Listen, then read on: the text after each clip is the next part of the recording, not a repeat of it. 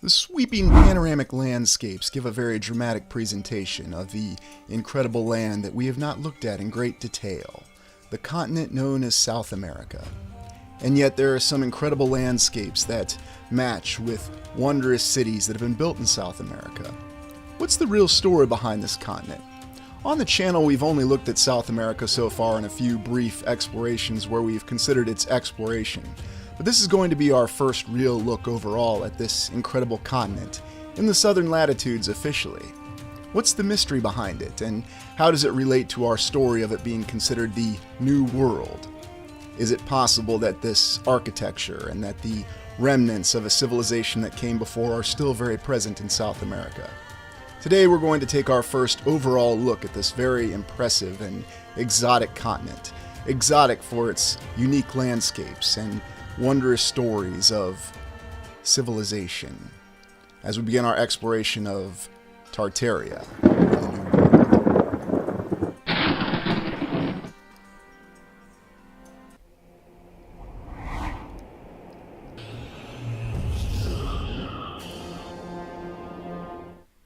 We begin by considering the account of South America being the New World.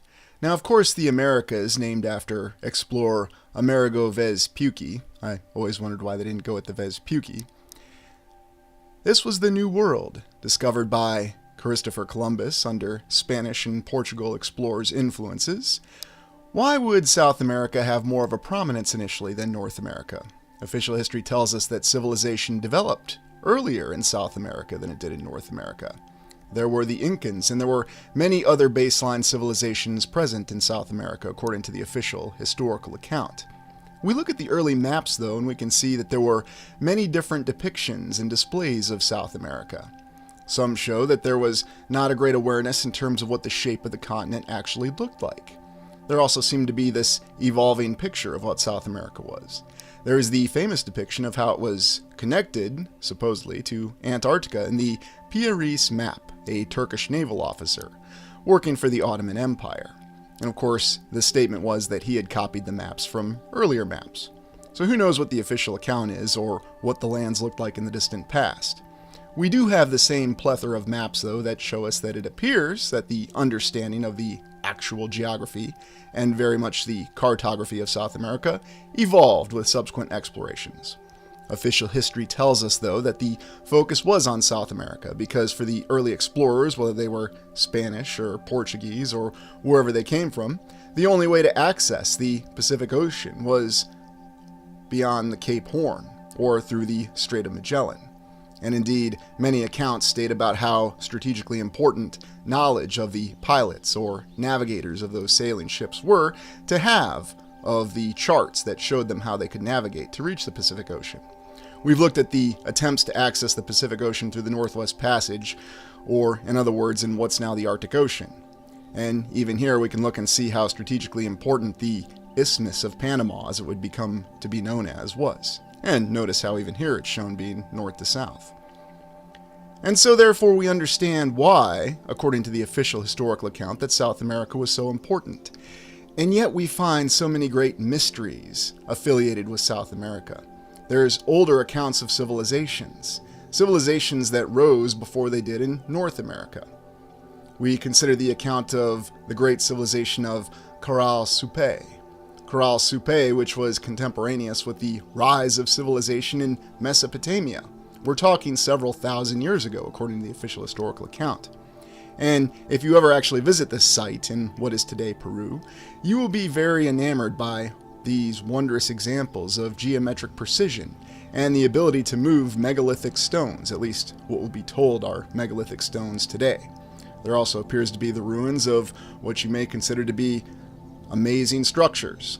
Some could call them pyramids, others would call them ziggurats, and there's many other different names for them, but just looking at this site today, you can see that there seemed to be knowledge of the ability of advanced logistics. And of course, these will be attributed to these early civilizations, which may have existed because, as you recall on this channel, we never discard the official historical account, but we question it. And that's what we're doing today with South America. We are questioning this official historical account. because we can see that there are many examples of these structures and these early civilizations and their incredible achievements that cannot be denied. You can go and walk them to this very day in various locations across South America, whether you're in Argentina, Brazil, Chile, Colombia. There's examples of this all across the land there. And there's also many lost examples when we consider landscapes such as the Amazon rainforest. And we looked at the fact that there were many attempts to explore this particular area with varying degrees of difficulty over time. And we looked at the account of the search for the lost city of Z by British explorer Percy Fawcett. Looking at these ruins, though, we definitely have the idea that there was no doubt a great civilization. Did it really happen so long ago as we're informed? Or could it be possible that the ruins of this civilization are a little more recent than we might be led to believe? And even looking at the landscape of the Amazon rainforest, where the forest has been cleared, you can see the remnants of geoglyphs within the terrain. How exactly does this make any sense if this has always been a rainforest? Why would anybody bother making such precise geoglyphs in the terrain if it was concealed by the forest? There's even many artifacts and remnants of the Musica civilization. And what exactly does this allude to? Is this again another civilization? Or does it give us the impression that maybe this was all the same civilization, and they had achieved advanced levels that we can only dream of? Again, always looking at the early maps and drawings and depictions, and whether you want to say they're done by artists or cartographers, they allude to many different possibilities to what may have really been in the distant, or perhaps the not-so-distant past. And these are some of the most alluring aspects of this exploration of South America. You look at South America today, and according to the official historical account, it was primarily settled by the Portuguese and the Spanish, and indeed there was the early treaty that broke down who had rights to what lands. And of course this discarded the civilization that was already there, officially the Incans and many others. And over time this was under both the kingdoms of Spain and Portugal, and finally the nations of South America broke off, much in the same way that they did in North America, albeit a little later according to the official historical account, but only a few decades. And there seems to be the mirroring, if you will, of historical events. There are very similar events that occurred, although many more nations came about in South America officially. Nations that established their independence and to this day exist according to the official historical account after breaking away from the exploration kingdoms that had originally founded them. Now, what's the real story behind this encounter, these great explorers behind these Portuguese navigators, these Spanish conquerors or conquistadors, and the civilizations that they encountered? Well, we can take the historical account at face value, or we can question it, because there do seem to be some elements about it, and whether we're talking about Cortez or Pizarro or whoever of the conquistadors and the particular empires that they encountered, how is it possible that they managed to achieve these conquests, given all the challenges that they faced? Of course, there's never an issue with logistics whenever we consider the historical account, and oftentimes you're better off not thinking about logistics critically, to say nothing about any of the other challenges that you see. Yet when we go across South America to this day, we can see the results of beautiful cities that go across varied terrain, and achievements and incredible, wondrous infrastructure that seems to have been established in a distant past time, when, much like with all the other areas we've explored, would be very difficult with the technology that was available, and yet it was achieved. We begin by looking at the legacy of Colombia, and we start with Colombia because we're informed that it's where the very first settlement of South America was established during this age of exploration, as they call it, or age of discovery, names that we go back and forth on. And here you can see where many of the original civilizations existed, and they seem to have very defined geographical boundaries. Perhaps Balboa here was the one who actually mapped out these civilizations in his spare time. And I'm sure that the plate armor that he's wearing here did not weigh anything more than 35 pounds. In fact, that helmet probably weighed less than 1.5 pounds. Whatever the accounts, there is also the question of navigating around Cape Horn, or the southern portion of the continent. As we stated earlier, that's the only real way that they had to access the Pacific Ocean. And we're informed by such visionaries, as Alistair Cook, the host of Masterpiece Theater, that it was the pursuit of spices that invoked the age of exploration. And here we have the great Venezuelan statesman and military officer Simón Bolívar. He's really the Latin America version of George Washington, or you could say that George Washington is the North American version of him. He was the individual who led the eventual independence of several nations that currently exist in South America, and he's a cultural icon. There are many pictures and depictions of him across the land. And there's no doubt that someone like him existed, although what are the exact details we certainly don't know. Of course, in the depictions, they make it very clear that this is someone in the manner of George Washington, who existed and led inspiring battles and resistance, and is a very colorful and conflicted character in and of themselves. And I certainly don't want to make the impression that there's any sort of derogatory information concerning Simón Bolívar. I always found it intriguing that there were several Americans, or excuse me, when we say Americans, we should be more specific, several North Americans or United States military officers who were named after Simón Bolívar. One even serving in the Civil War, and then his grandson serving in World War II, tragically dying in the Battle of Okinawa while commanding 10th Army. The early inception, though, of the South American nations, from Venezuela, Ecuador, Peru, Colombia, and eventually the breakaway of Panama, which we did explore when we explored the Panama Canal, their incipience is quite similar in depiction and statement to the way that the United States broke away from the United Kingdom. And here when we look in the square, Bolivar Square of Bogota, we can see the combination of old world buildings along with newer structures. And it looks quite similar to many things that we've seen in other areas of the land that we've looked at, whether we're in any of the great cities of Europe or even the cities in the United States. And going to the connection of Colombia or Columbia, as in the United States we have the character of Columbia, which represents some sort of divine being. And oddly enough, here in this women's suffrage movement, this image taken from Washington, D.C., we have a German actor portraying Colombia or Columbia here in the United States. So what's the connection? And indeed, there's even references that Colombia or Colombia was the original name for South America. Is there a connection? Or is it all just another great coincidence?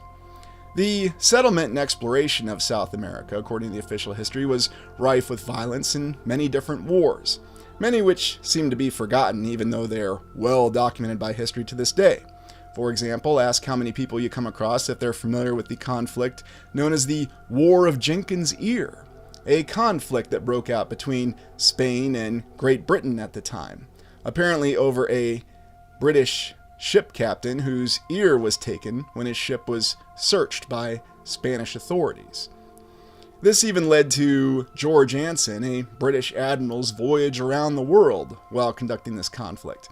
Yes, this particular commander took 8 ships around the entire world to raid Spanish possessions in this War of Jenkins' Ear. And while he went off with 8 ships and made it all the way around the world, he eventually only returned with 1 ship, and enduring extreme losses amongst his crew. But for this achievement of going around the world, he was considered a great hero, and indeed he rose to the admiralty in the British Navy.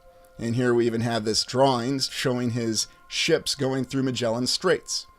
Although when you look at the official military effectiveness of this voyage, it's questionable, although it's stated to have been very successful. It seems as though the great success of George Anson was the fact that he made the circumnavigation. And what exactly does this have to do with South America? Well, this shows the strategic importance of South America.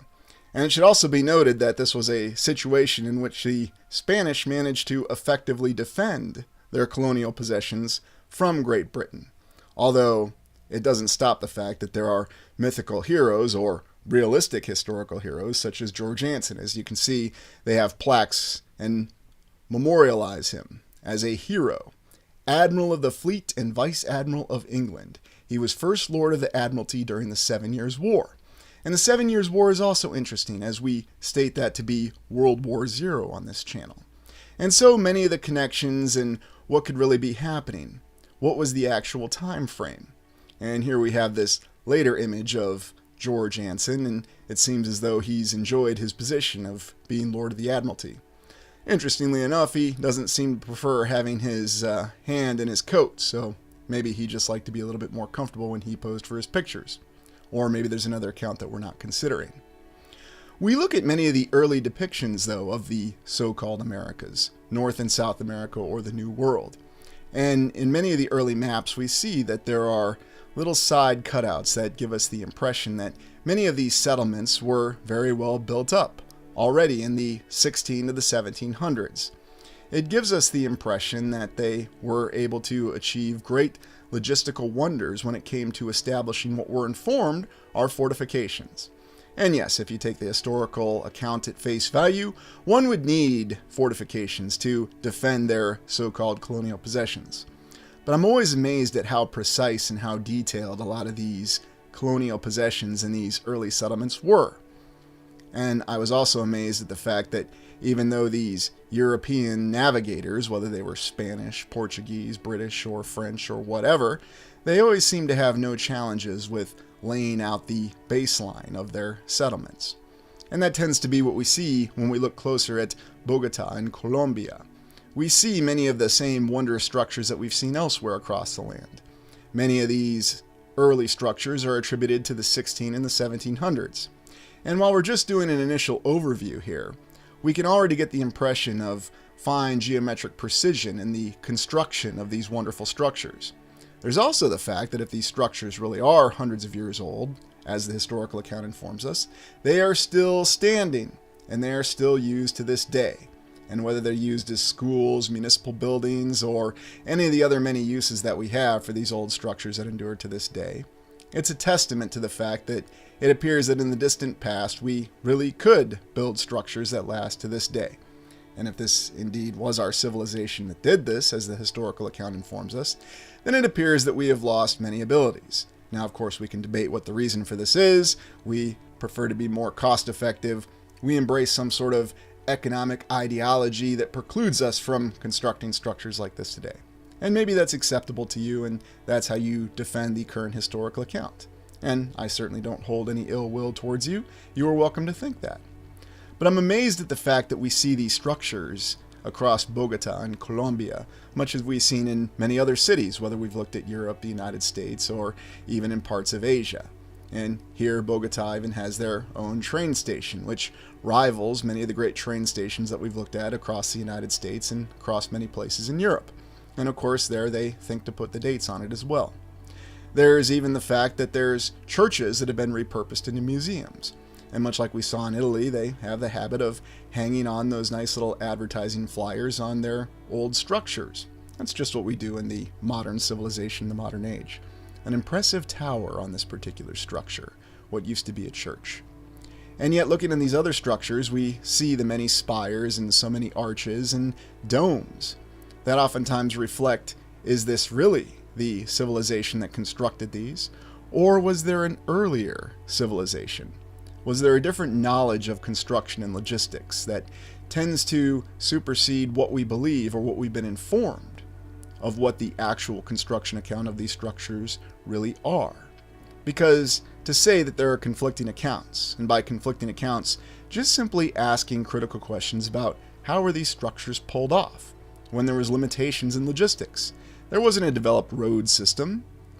And yet you can also find the museum in Bogota, which contains many artifacts that alludes to earlier civilizations, and we saw that map at the start of this particular section that showed us the name of these earlier civilizations, including apparently their very defined geographical boundaries.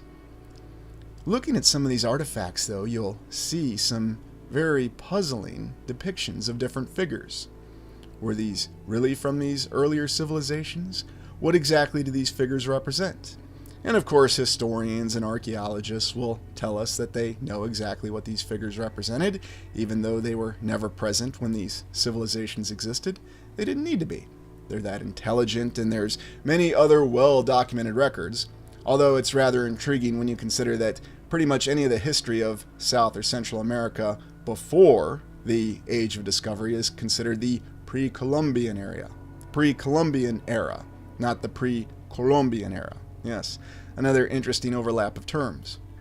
And what exactly is this figure showing here? This is very intriguing, as though the chest is burst open and something has come out of the chest. I'm really going to have to get on the ground in Bogota and visit this museum again, because I have the distinct impression there are many interesting figures.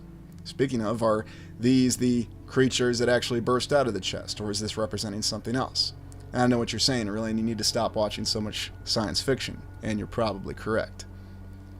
But yet, looking around at the other figures and artifacts, it does paint to an entirely different indication of civilizations that exceed our expectations, especially when you open your mind about what the historical account could truly be. Do these figures represent some sort of parasite, or do they represent some sort of divine being? Is it telling us some other sort of story that doesn't really make a lot of sense? And focusing on this gives us the impression that there are different ideas behind what the civilization really could have represented. Because if we don't ask these questions, then we'll simply accept whatever it is that we're informed about this particular civilization. We really won't challenge what it is that we understand it to be.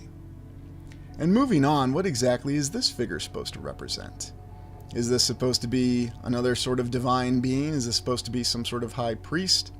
Again, my mind defaults back to the science fiction origin, and I'm thinking that it reminds me of one of the Time Lord costumes from Doctor Who. I'm sure, again, that's just a coincidence. And now we turn our attention to Montserrat Sanctuary, 1650 to 1657, built on Montserrat Hill overlooking Bogota at 10,000 feet elevation. A very impressive religious sanctuary. Imagine them constructing this in the 1600s. Look at some of the detailing behind this architectural achievement. Why exactly would anybody want to go through the difficulty of constructing something like this at such an elevation at a time when Bogota was still, according to official history, a new city? And yet somehow someone managed to pull off building this structure. Of course, someone will say, well, it's there, and history tells us that it was completed, so it must have happened just as we're informed. And that may be so. But when we look at some of the details behind the sanctuary, we can see that once again we have this impression of a structure that was built on top of an earlier structure. And it seems that whenever we have these very high elevation structures, or at least structures that are achieved at high elevations, there usually is stated to be a religious reason, and no doubt this structure is no different. But looking on the inside of the sanctuary, we again see the fine geometric precision. So consider this.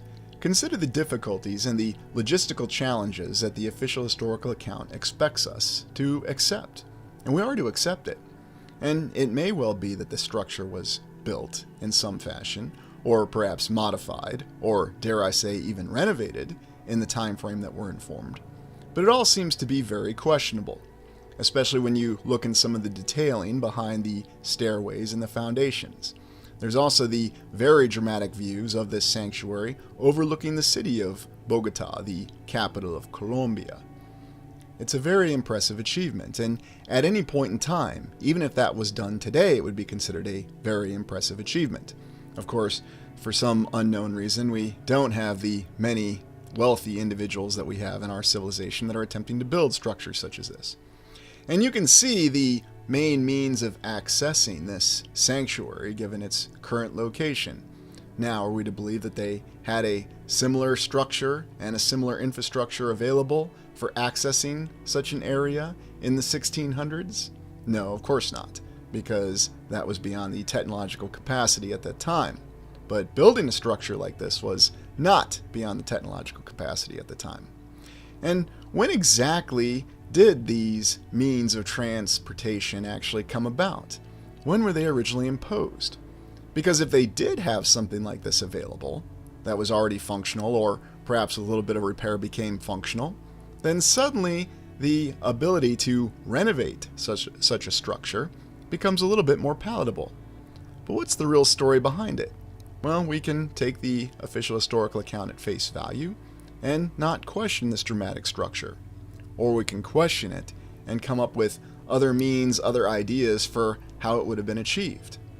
And indeed, I think of all the other sweeping areas that we've been to where we have vast changes in elevation, and we ask these questions about how these structures, whether it's a great cathedral or some other basilica, as many tend to be, or even the retaining walls that tend to be constructed.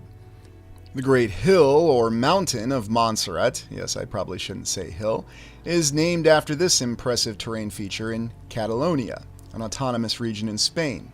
We'll be doing our own little exploration of this particularly interesting region, and I'm sure that this is a natural terrain feature, and it may well be. And now we look at the Metropolitan Cathedral Basilica of Bogota and Primate of Colombia. Rolls right off the tongue. 1807 to 1823. And it should be noted that this is the fourth particular structure. Yes, another one of these accounts that we have of these incredible religious buildings, in which case they've had to build multiple incarnations of it. And yet, whenever this structure actually was constructed, it is still dramatic and still very impressive to this day. And indeed, we do see similar structures in places such as Mexico City and in other areas that we've explored. And perhaps we'd be willing to believe that they were able to construct structures just as they did in Europe. But again, there's logistical challenges, there's a limitation of population, and there's all other kinds of challenges that you would simply have to ignore to believe that these structures were constructed in the way that we were told. And why would there be an account of 4 different structures? And strangely enough, it's the similar story that we have in Europe. There are multiple religious edifices that are constructed in the exact same area. So I guess there's no trouble with building on top of the original foundations. And of course, this particular basilica is no exception, featuring a very incredible organ. And once again, an organ that might define something else. And then we have the National Sanctuary of Our Lady of Carmen, constructed 1926 and 1938. A little bit more of a recent structure. And yet it does seem to reflect some of the things that we saw recently when we looked at buildings in Italy and some of the basilicas and cathedrals there, especially with the same striping construction. Of course, the official historical account accounts for this by telling us that this was done by an Italian architect, much in the same way that the Kremlin apparently was designed by an Italian architect back when the Kremlin was originally designed. Yes. It's always the same story. Travel was easy back in the day. Although, this seems to be a little bit more credible, and I have no issue with looking at structures like this. Is it possible that our civilization pulled off this very impressive edifice? It's possible. But yet when we look at the details, we see the same conflicting accounts. We see the statues that seem to be a little bit different than what we see in the actual edifice itself. We see the coloring and detailing that went into this structure. And we have to ask the question, could we build this structure today? Could anybody build this structure today? And the main difference is, while there are accounts that there are individual efforts that may be happening across the land, there's certainly not the simultaneous construction all across the land of all these structures at the same time. Although these accounts tend to be peppered with different accounts of these structures sometimes taking a couple years to a period of hundreds of years, depending on the size and eminence of the particular cathedral or whatever structure we're talking about. So once again, we look at this and we see the same examples that we've seen elsewhere. The same symbols that are supposedly religious in origin, and yet sometimes they tend to defy our expectations when we look at this structure. And for whatever reason, we do have different remnants of a previous civilization that do seem present, whether we're looking in Colombia, Argentina, Brazil, Chile, or any of the other nations of South America. Of course, the background and the account could explain it all, but there are other details that we have to consider. And just looking at these palaces, these cathedrals, and these other edifices, we can find that there are dramatic examples. And whether you're focusing on some of the windows that even have their own decorations, or some of the very impressive spiral pillars that are purely for decoration, or even the foundation stones that you see in this particular edifice.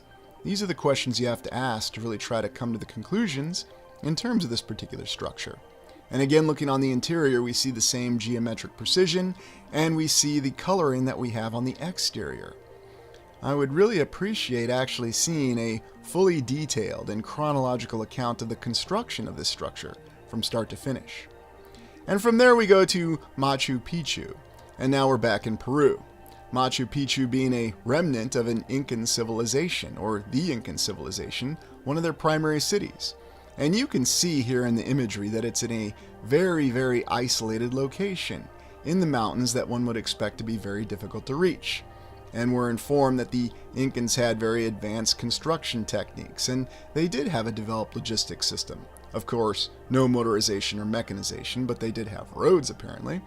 And it seems that even in the highest mountains there appear to be signs of artificial construction.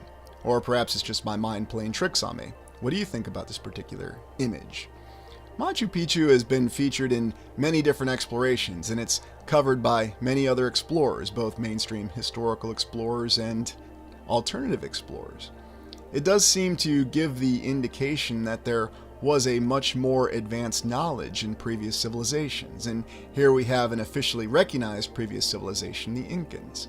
And maybe they did exist exactly as we're informed, but once again I'm quite surprised at all the detailed knowledge that we have of their means and their ways and their very society, even though the direct lineage seems to have been broken up by the unfortunate official efforts of the conquistadors, and this little policy called the encomienda, which is what the Spanish and the Portuguese applied in various formats across South and Central America. Yet you also get the impression of more wondrous structures in this particular area of Machu Picchu. Larger structures that seem to be beyond the capacity of someone to easily construct. And again, we have to ask the question, how exactly was this originally constructed in this very remote location? And why was this settlement, this city, or whatever it originally was, constructed in this remote location? Was this to survive some sort of calamity or some sort of event that people were concerned of? Or is there a completely different explanation behind it? I was always impressed at just how fine all the stones seemed to fit together like a very elaborate and complex puzzle. And yet even Machu Picchu has many different conflicting accounts with it, because in many of the original images and statements we have, Machu Picchu was covered by the surrounding foliage. It was overgrown, and it had to be cleared out. And so of course that involves a renovation. We're informed that these large steps that we see here was a form of terracing, done to enable farming, and that may be so. Or could it have had a very different purpose? Is it merely an attempt to explain an architectural achievement that doesn't really make a lot of sense? And recall that it's not all fine stones that someone could have moved with their hands. We see images such as this. Are we to really believe that thousands of individuals spent their time carving this in the remote mountains in the distant past, with the limitations that they had? Some of the images that we have do give us clues about how overgrown this site particularly was when it was initially discovered, but is there a different account behind it? Have there been modifications made to this site beyond what we truly understand? And why is it that this continues to be a very dramatic and alluring site to this day? And regardless of which side of the interpretation of history you tend to be on, this gains the attention of many explorers because it is very dramatic. And it's not something that you can easily just explain away and say, well, it was well documented that this civilization, the Incans, did A, B, C, and D, and they were able to overcome their logistical difficulties to build in the high elevation. Of course, we don't see any cable cars that give them easy access up here, so who knows? And here in this image you can see how overgrown and how much natural foliage there was over Machu Picchu. But what's the issue with this image? Is this what it really looked like? Or is there something else going on? And what sort of modifications were made to this? It should also be noted that the film Secret of the Incas was filmed in Machu Picchu, starring Charlton Heston. Yes, his costume in this particular film was the inspiration for Indiana Jones as portrayed by Harrison Ford. For some reason, the filmmakers didn't acknowledge it. They even fly through the airport of Cusco, where they have this obelisk, and if you watch the film, which you can, Secret of the Incas, you can actually see what this airport looked like in the past when they filmed it in the early 1950s. And of course, yes, the inspiration for Indiana Jones. And we'll close our exploration by looking at Buenos Aires in Argentina, Buenos Aires, a very impressive city, and yet a modern city at the same time. And here we're at the distant southern latitudes, and we do see the signs of modernity in Buenos Aires. But when you look a little closer, you'll find that there are some very dramatic remnants of what we would consider to be Old World architecture. In fact, there are many dramatic remnants. When we look at earlier depictions of Buenos Aires from the 1600s, we're informed that it was originally settled in the late 1500s, we already get the impression that it was well built out. And even a subsequent image in the 1800s, you could even say that the skyline in some ways rivals the skyline that we would have for the mighty New York City in the 1800s. And this has always been a very impressive city, and when we look a little closer at some of these structures here in the distant horizon, we have no shortage of impressive domes and spires, and once again alluding to the fact that this was always a built-out city. Many of these dramatic structures exist to this day, and we'll be doing a detailed and focused exploration, examining many of these structures in Buenos Aires to this day, and looking at their historical account and evaluating what we're told about them. Just looking at them now, though, we can get the idea that they are very impressive and dramatic, and there are images of what they appeared like in the distant past. And again, these images are very peculiar and similar to what we have in the images in the past. They did build their own obelisk in Buenos Aires in the 1930s that we're informed, and unlike the Washington Monument, it does appear to be of one unified color. There's many other structures, though, that give the impression of a different architectural background for Buenos Aires. And it should be noted that this was a city that was selected for filming several scenes for the film Highlander 2. And yet, looking at other images, we get the impression that there was a great opulence to this city and that it's always been present. And again, it's the same dramatic opulence and detailing that we've had in many of the cities that we've looked at in other areas of the land. And even in these older images, we see this striking architectural example, this detailing that was pulled off when logistics were at a much more limited capacity than they are today. And Buenos Aires should be complimented on the fact that they do have many of these structures that still exist to this day. Somehow they managed to survive all the phases of urban renewal that were so prominent in the 1900s across the land.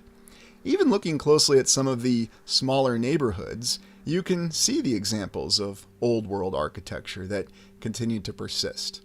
And this is no doubt a city that's high on my list of an on-site exploration, because I would certainly like to compare and contrast how the old world architecture in Buenos Aires compares to many of the newer structures that they've erected over time. And indeed, we have some of the most famous structures that we've looked at.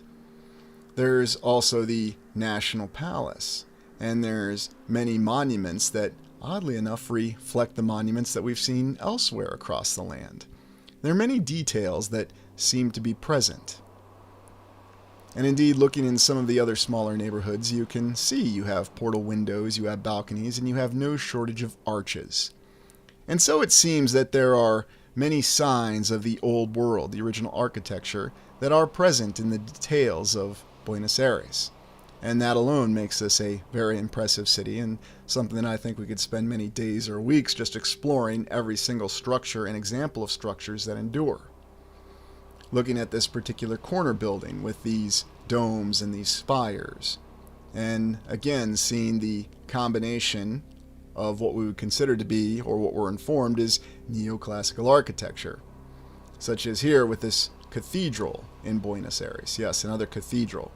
Yet, oddly enough, there seem to be signs of a different civilization present, because if this is supposed to represent the Roman Catholic Church, or any of the other churches for that matter, how exactly do we reconcile that with what we understand? Looking at the dome, we have a different sign of other civilizations. But there's a little cross on top with the spire, so that should clear up any of your questions. Yet when you look at the front of it, you see figures that don't exactly seem to communicate the figures that we'd expect to see. But again, perhaps that's just my mind playing tricks on me, and maybe there's another entire account with it. We do have early paintings of this cathedral from the early 1800s that should clear up any questions that we have. Interestingly enough, though, none of the figures are appearing above the impressive columns that we have within the pediment. And yet, looking in the interior, again, we see the example of very advanced and artistic architecture.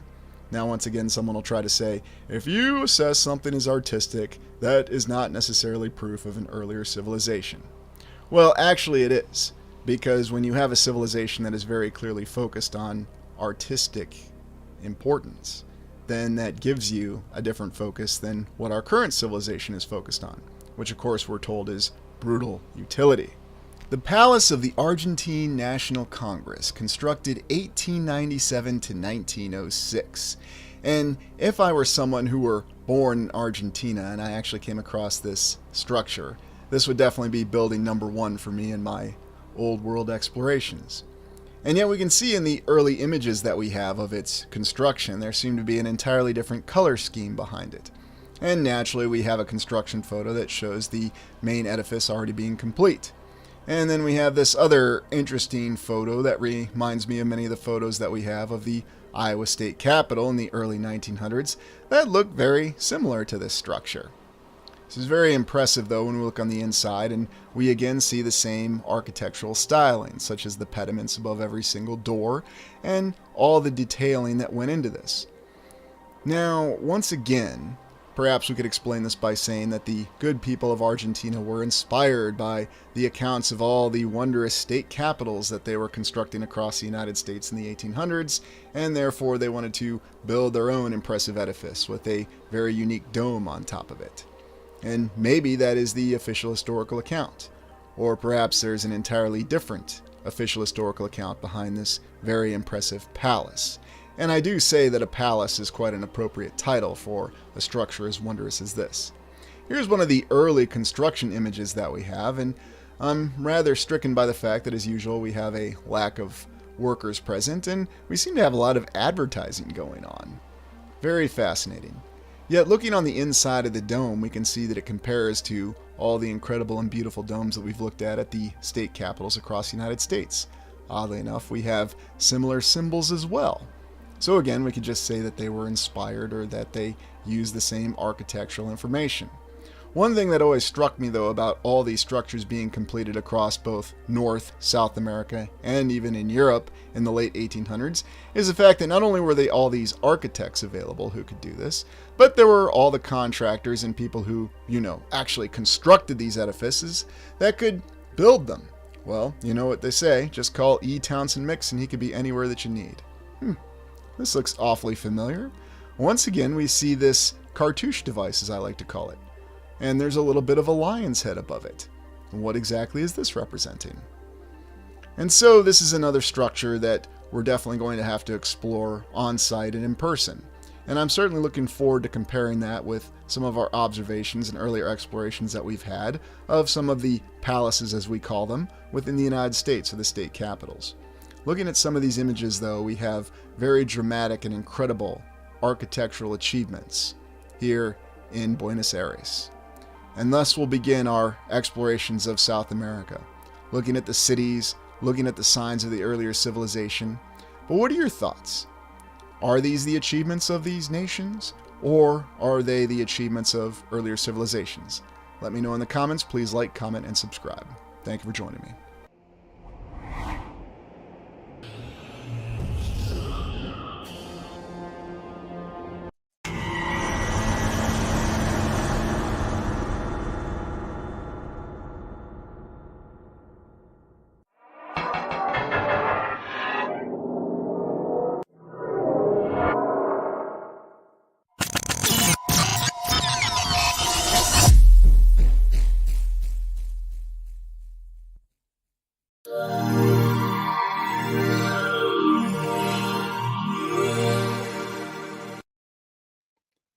Greetings, everyone, and welcome to the weekly live stream for the Restituta Orbis channel, with this week's topic being portals.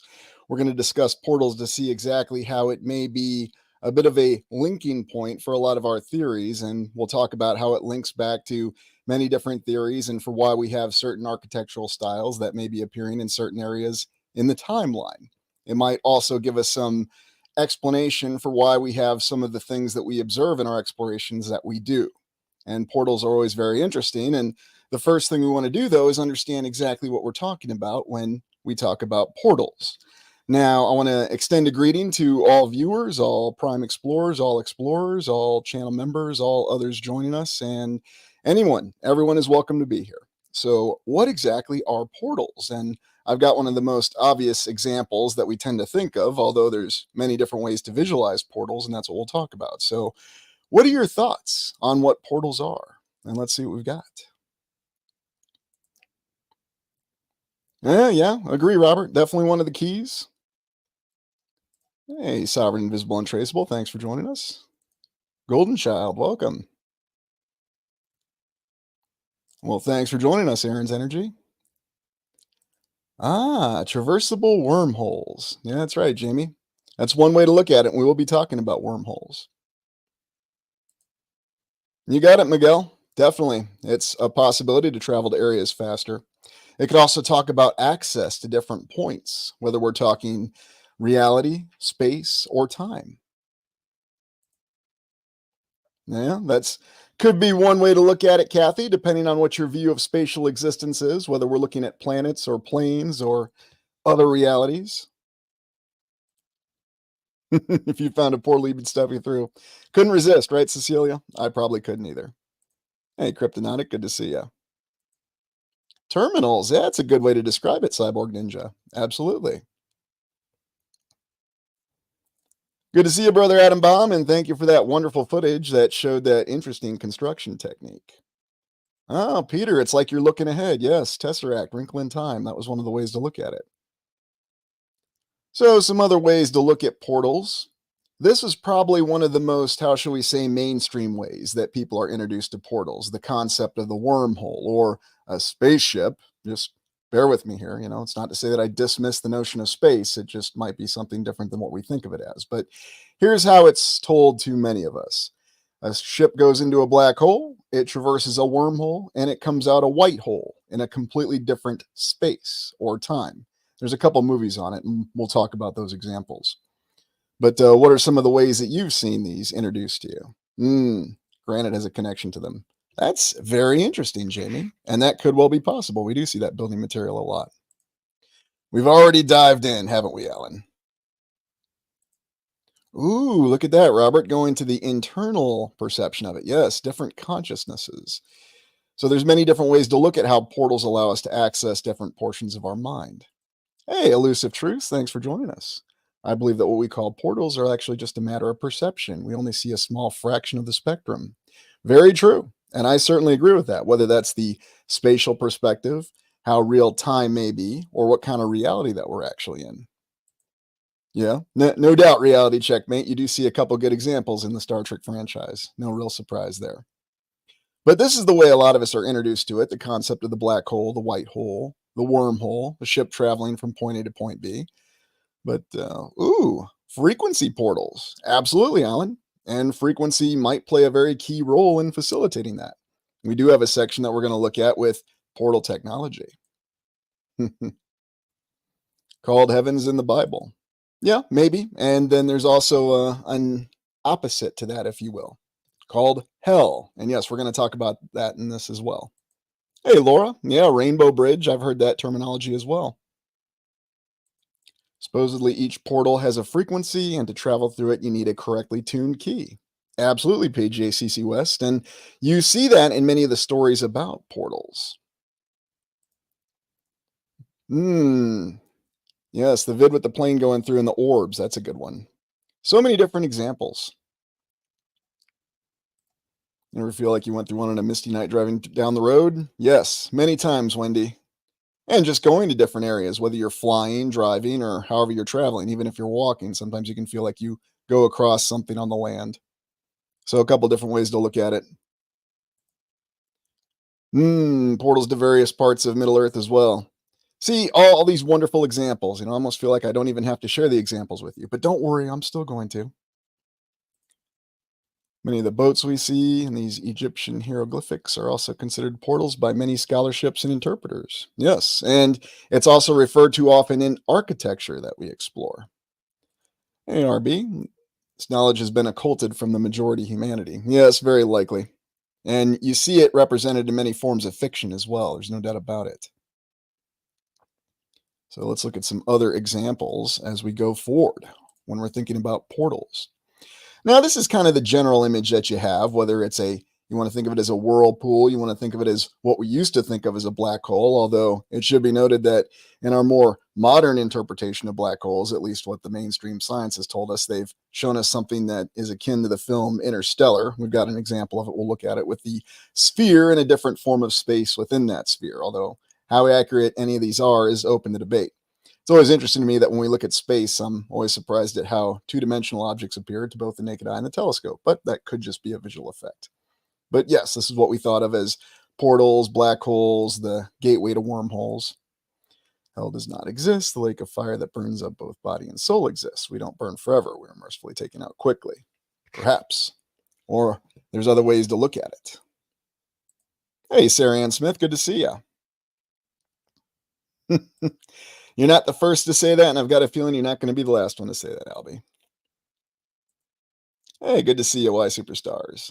Thanks for joining us. And so moving on, some other examples that we have of portals. This is another way to look at it. And here you're looking at more of the sky portal. Now, we did talk about sky portals in one of the previous live streams where we talked about some of the so-called official atmospheric effects. Does anyone remember what they call it when a plane flies through the sky? If memory serves, we were talking about it with weather control, what that phenomenon was called. Yes, they say they use radio telescopes, Inferno 224, but what exactly do they use them and how do they use them? That's definitely a matter of debate, beyond any shadow of a doubt. Yeah, I know. It's how do we get our time machines up into second or third gear, like H.G. Wells, right? I swear sometimes y'all have the ability to see exactly what's coming up in the presentation or the images that we're going to look at, because yes, I do actually have something that says patent pending on it. So, oh goodness. Yes, true.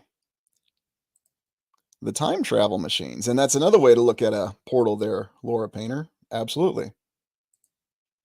Yes. Does anybody know exactly what the significance of 88 miles per hour was in the DeLorean time machine?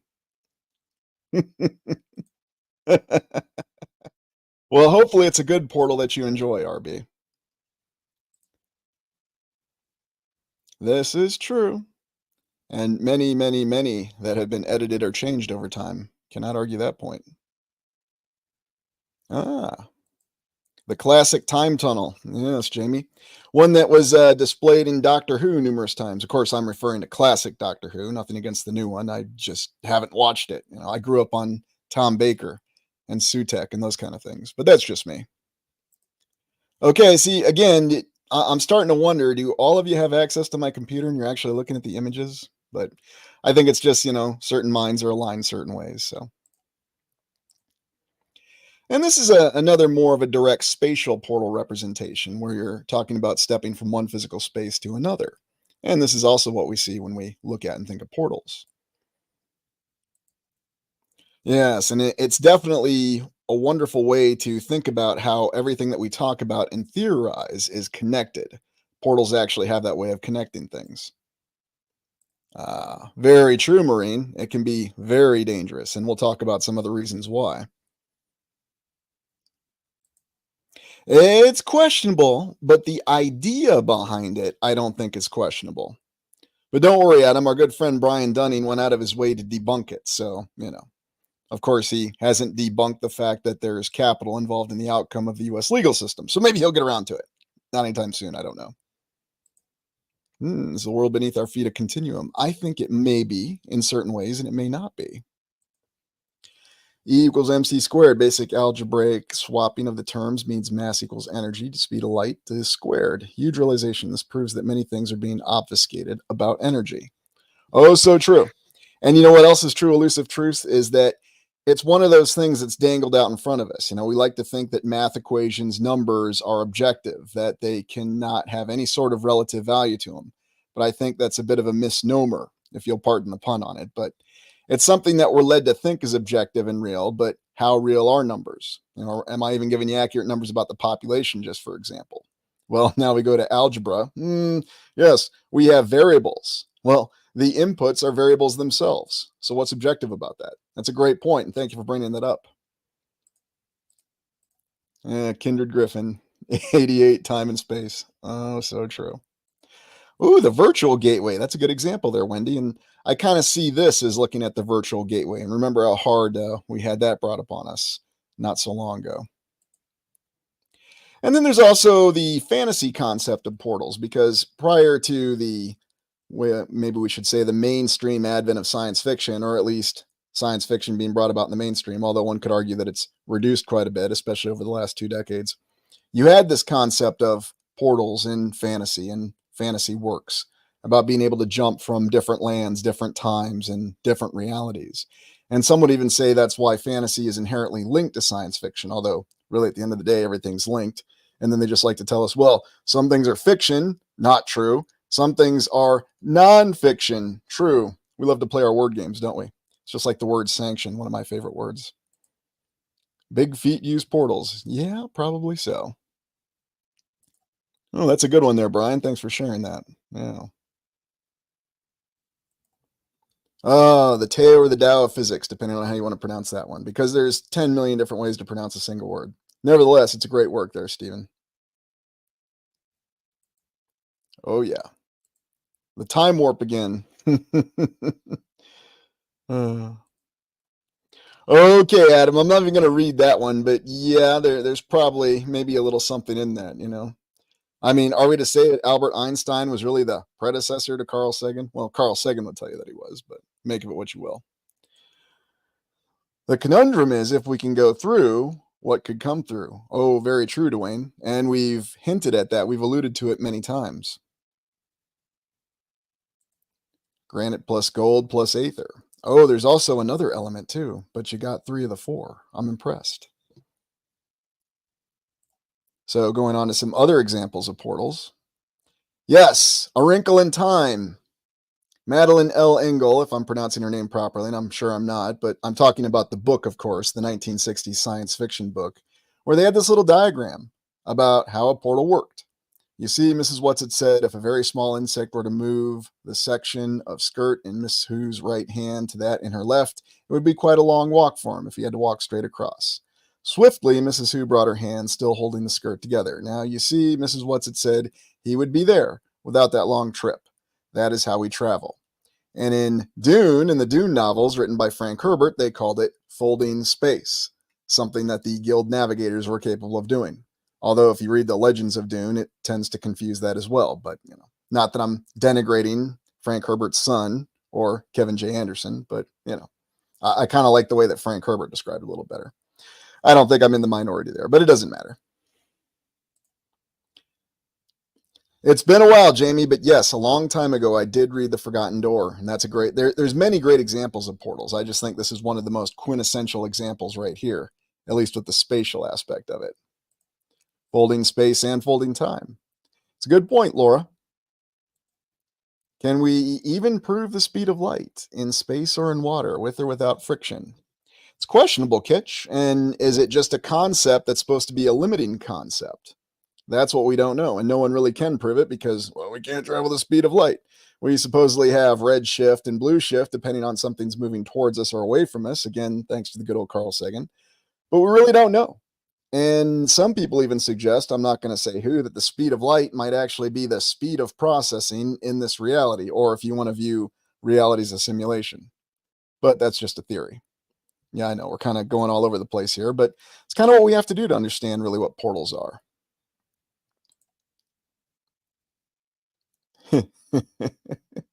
Yeah, I really wonder, Skyfish. I really wonder whether it's in person or on camera. You do get some interesting perceptions from watching those. So yeah, or imagine if the speed of sound is actually the speed of light. How different would that make everything in physics? So very hard to say.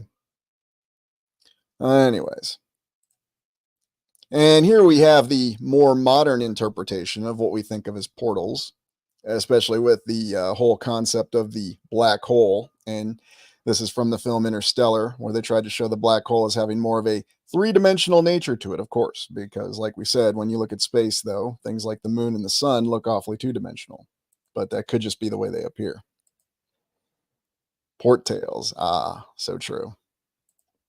SpaceX also looks like it cannot bust through the water. Yeah, they often do come back to the Earth, but at least it's a controlled descent, right, Robert? So they've got that down. Good question, Catherine. And is that anything real? Is the Large Hadron Collider something to do with that? Or is it just misinformation to keep us guessing? Hard to say, for all we know.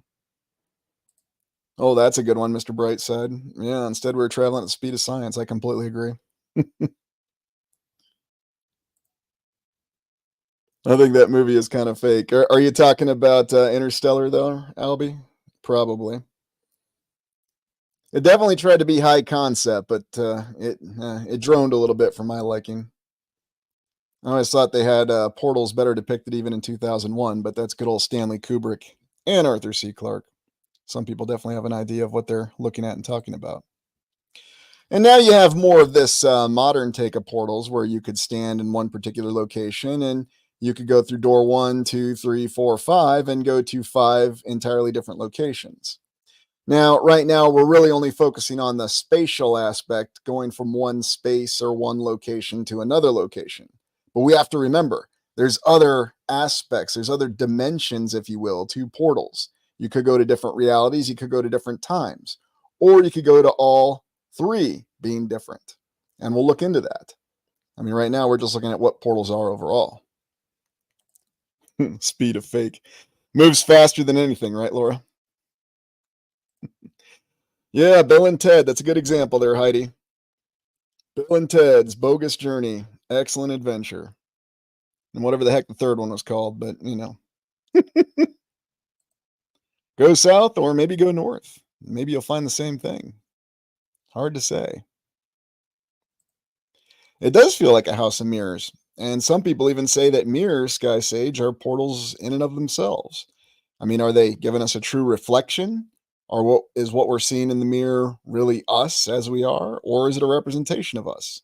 And if you recall, especially those of you who've been with the channel for a while, when we explored Prince of Darkness and the way mirrors played a factor in that, they acted as portals that allowed an entire entity, an anti-god, if you will, to enter our reality from another reality. Wonderful existential horror from Master John Carpenter.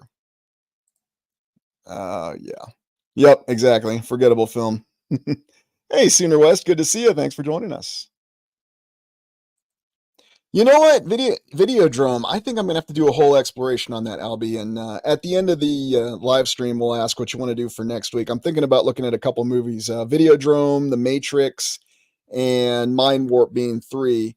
Maybe we'll do 4, but we'll see what you want to do, or if you want to go back and look at that Napoleonic era a little closer. So.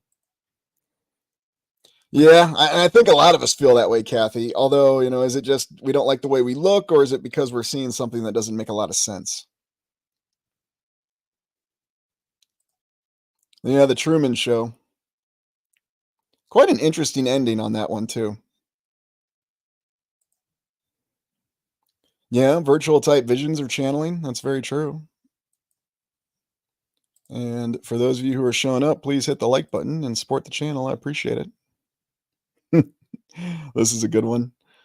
Uh, Positioned on ley lines, maybe. Or maybe something even beyond ley lines. I mean, I don't want to discount ley lines, but one of the reasons that I haven't covered them so much is because in my explorations, I'm finding that there seems to be a bit of a relation that transcends ley lines. Now, it's not to say they aren't important, but it's to say that there's another way that they seem to operate and connect things together, and we'll get to that.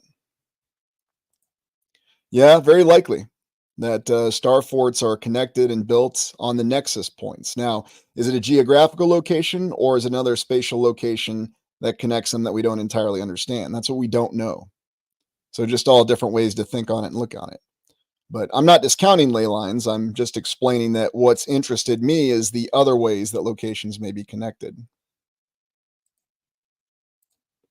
So what do I think trumps ley lines? Well, I'm getting to that, Robert. So just bear with me. Bear with me.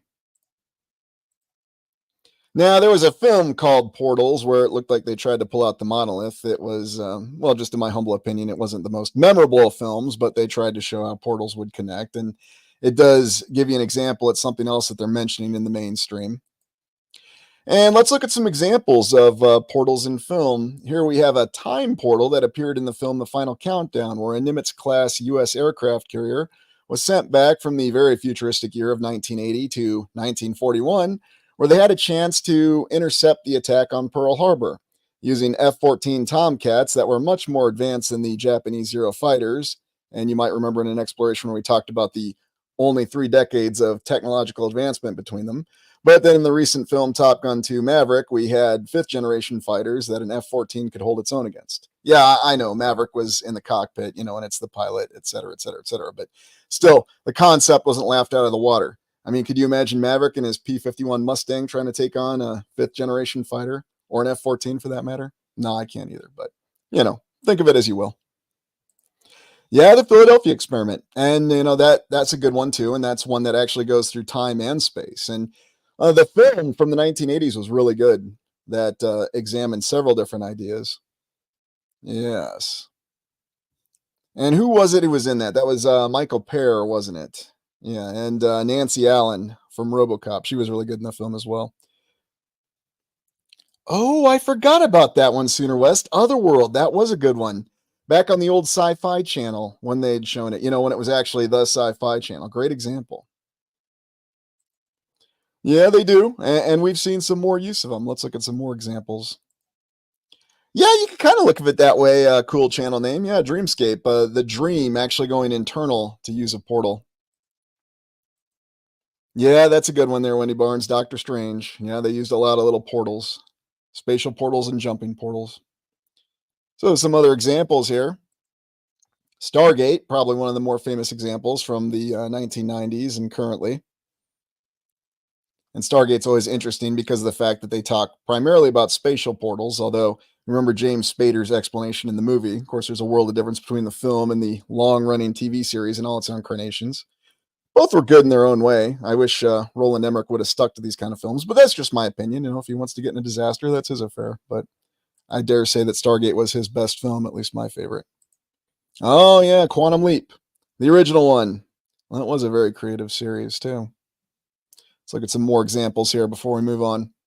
Sliders. Now, this was a 1990s TV series. I didn't really watch it that much. As I recall, I watched the first few episodes and it didn't really hold my interest. Not that it was a bad TV show. I just had other things going on at that time and devoted my attention to other things, like making sure I never missed Highlander. And looking back on it, aside from Adrian Paul, there really wasn't much to enjoy about Highlander aside from some really good episodes. I know, man, sacrilege what I'm saying, but I'll give you my honest opinion. But back to Sliders, it did deal with the concept of portals with alternate realities. So here you're going beyond moving from one point to another in the same reality. Now you're moving from one point to another and in different realities or parallel realities. The mirror universe as they explored in Star Trek. Hot tub time machine. Oh yeah, that's a good one. Jumper, yeah, kind of. That's kind of a good example. No doubt about it. And who can forget the old Guardian of Forever from the classic Star Trek? Probably one of the earliest ideas of a portal. I mean, not the first one shown on TV or film, but one of the most memorable ones. And of course, I'll give credit to Harlan Ellison, although he passed away about 6 years ago. Harlan Ellison's the kind of guy that if you don't give him credit, he'd probably come back and haunt you, probably coming through a portal in some way. And I'm not even joking, I'm being quite serious. uh, Psy cult is just full of it. Yeah, it is in many different ways. Yeah, the Terminator. That's a good one. And then the episode of Star Trek: The Next Generation, where they found the Iconians. That was a good one. All right. So before we transition, I'm just going to give you a moment. Let me leave us on a good image here. Black hole. And we'll hold on this image and we'll talk about this when I get back. We're going to take a quick 2-minute break because I want to reset your thoughts before we go to this next transition. So 2-minute break. We'll be right back.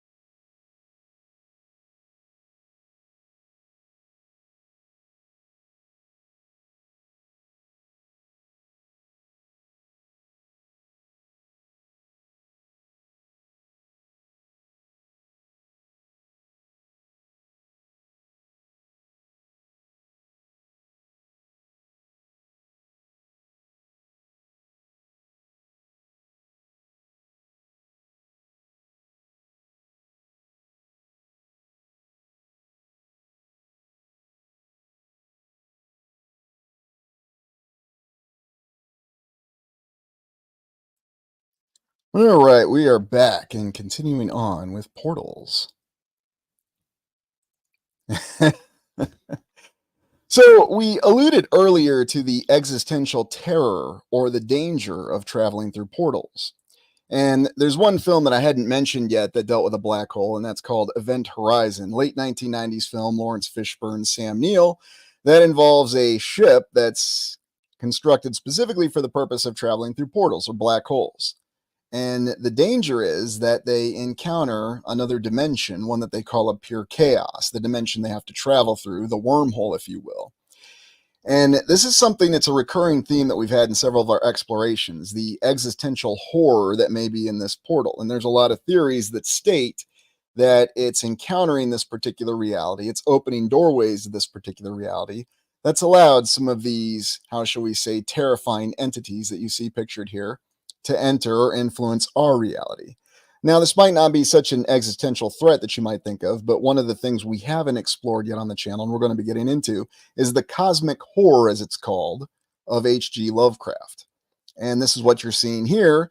And in a way, you can say that's the dimension of chaos that's encountered in Event Horizon, strongly implied to be hell or something much worse than hell. So, thoughts on that? Yeah, Lovecraft definitely had some interesting ideas. Time bandits, yeah. Time portals and space portals, no doubt about it.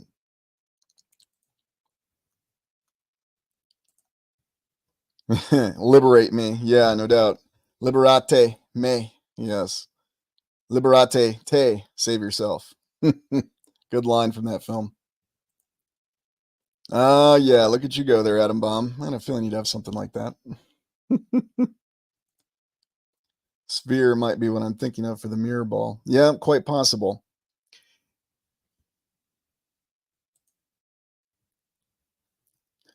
Yeah, it probably did, and it's funny you say that, Stephen, because they did have a scene that was supposed to show that, as they called it in the film, dimension of chaos, but they didn't get around to it. Time limitations. Now, people say the ending wasn't so ambiguous, but I think it was. Piercing the veil and waking things that slept undisturbed. Exactly. And that's something that we have recurring themes of. This comes up a lot with how we pierce the veil, and what we see. Yes, it does. And you know where else you see it, Aaron's energy? You also see something like it in the Vatican, too, if you go back and look at the Vatican exploration. Yeah, in a manner of speaking, they are. Also, portals of the mind, too. So, anyway, this is the last example that we have of what are portals. And as we go on with this exploration, I want you to keep this concept in mind, this danger that we have of going to other realities, other times, or other spaces where we could actually give access to these entities, these creatures, if you will. And there are many films that allude to Lovecraftian horror, cosmic horror, whatever you want to call it, where you have these sorts of entities. And yes, don't concern yourselves. There will be an exploration on H.P. Lovecraft. HG, HP, all the G's, P's. I think I said HG. So let me correct myself. H.P. Lovecraft. Many different authors go through my mind. So let's transition here. Now we're going to talk about portals through space, portals through time, and portals through reality. So give me 1 second here.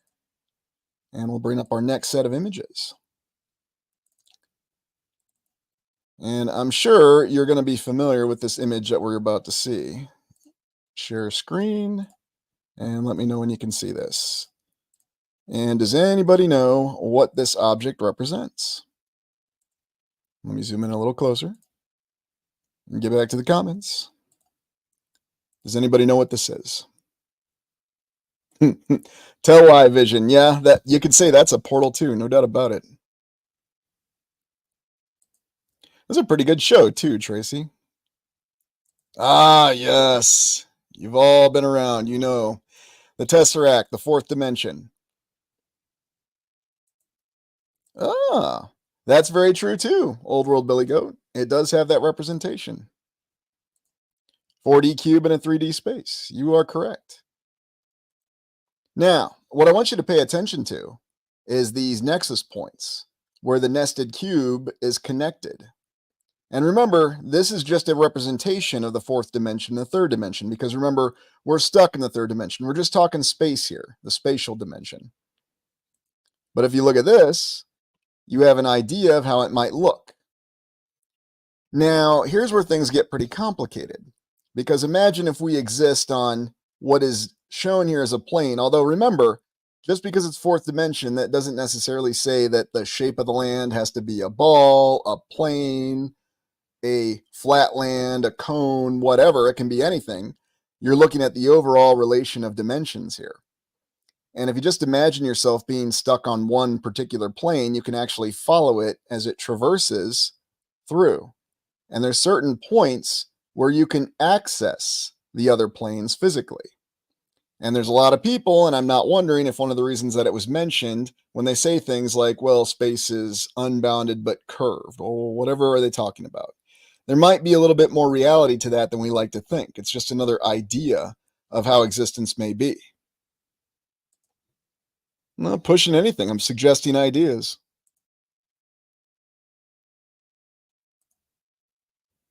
Yeah, MC Escher had a lot of great theories about it. And if you ever saw the film Donnie Darko, they really display it pretty well in the concept of how spatial realities, how an alternate time can be formed. Although you really got to step back and read about that film. It's quite interesting. Tesseract is what many of these luminary stars in our skies look like. Yes, so true.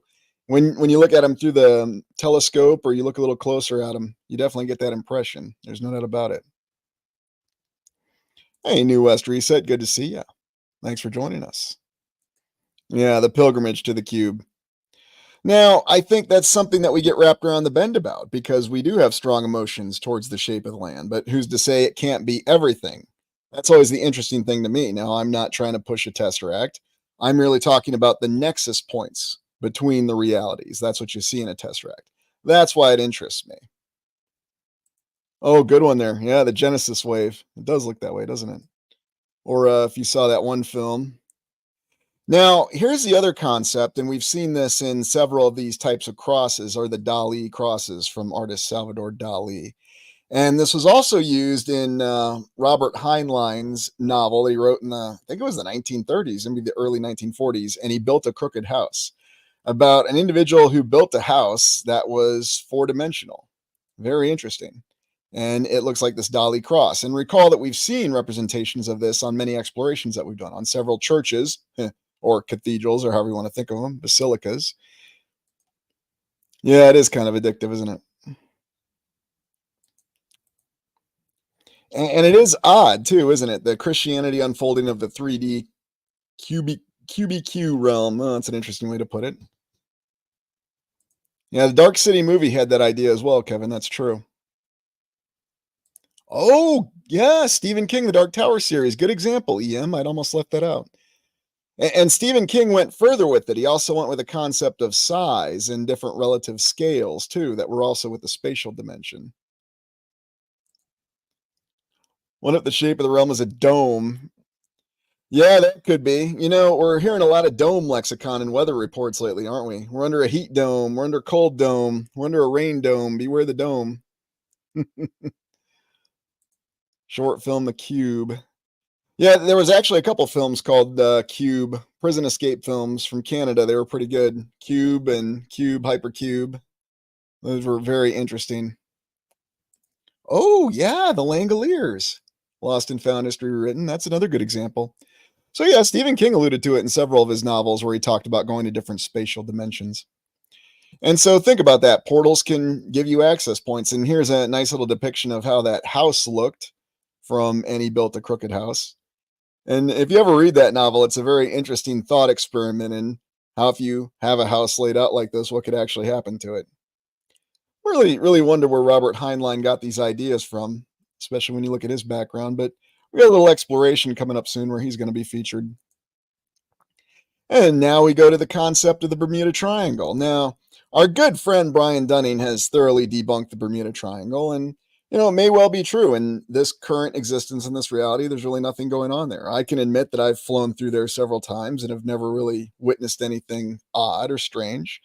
But there are numerous accounts of things that have happened, objects, ships, planes that have disappeared. Nobody ever found Flight 19. Nobody ever knew what happened to the USS Cyclops. There are some strange phenomena that occur there.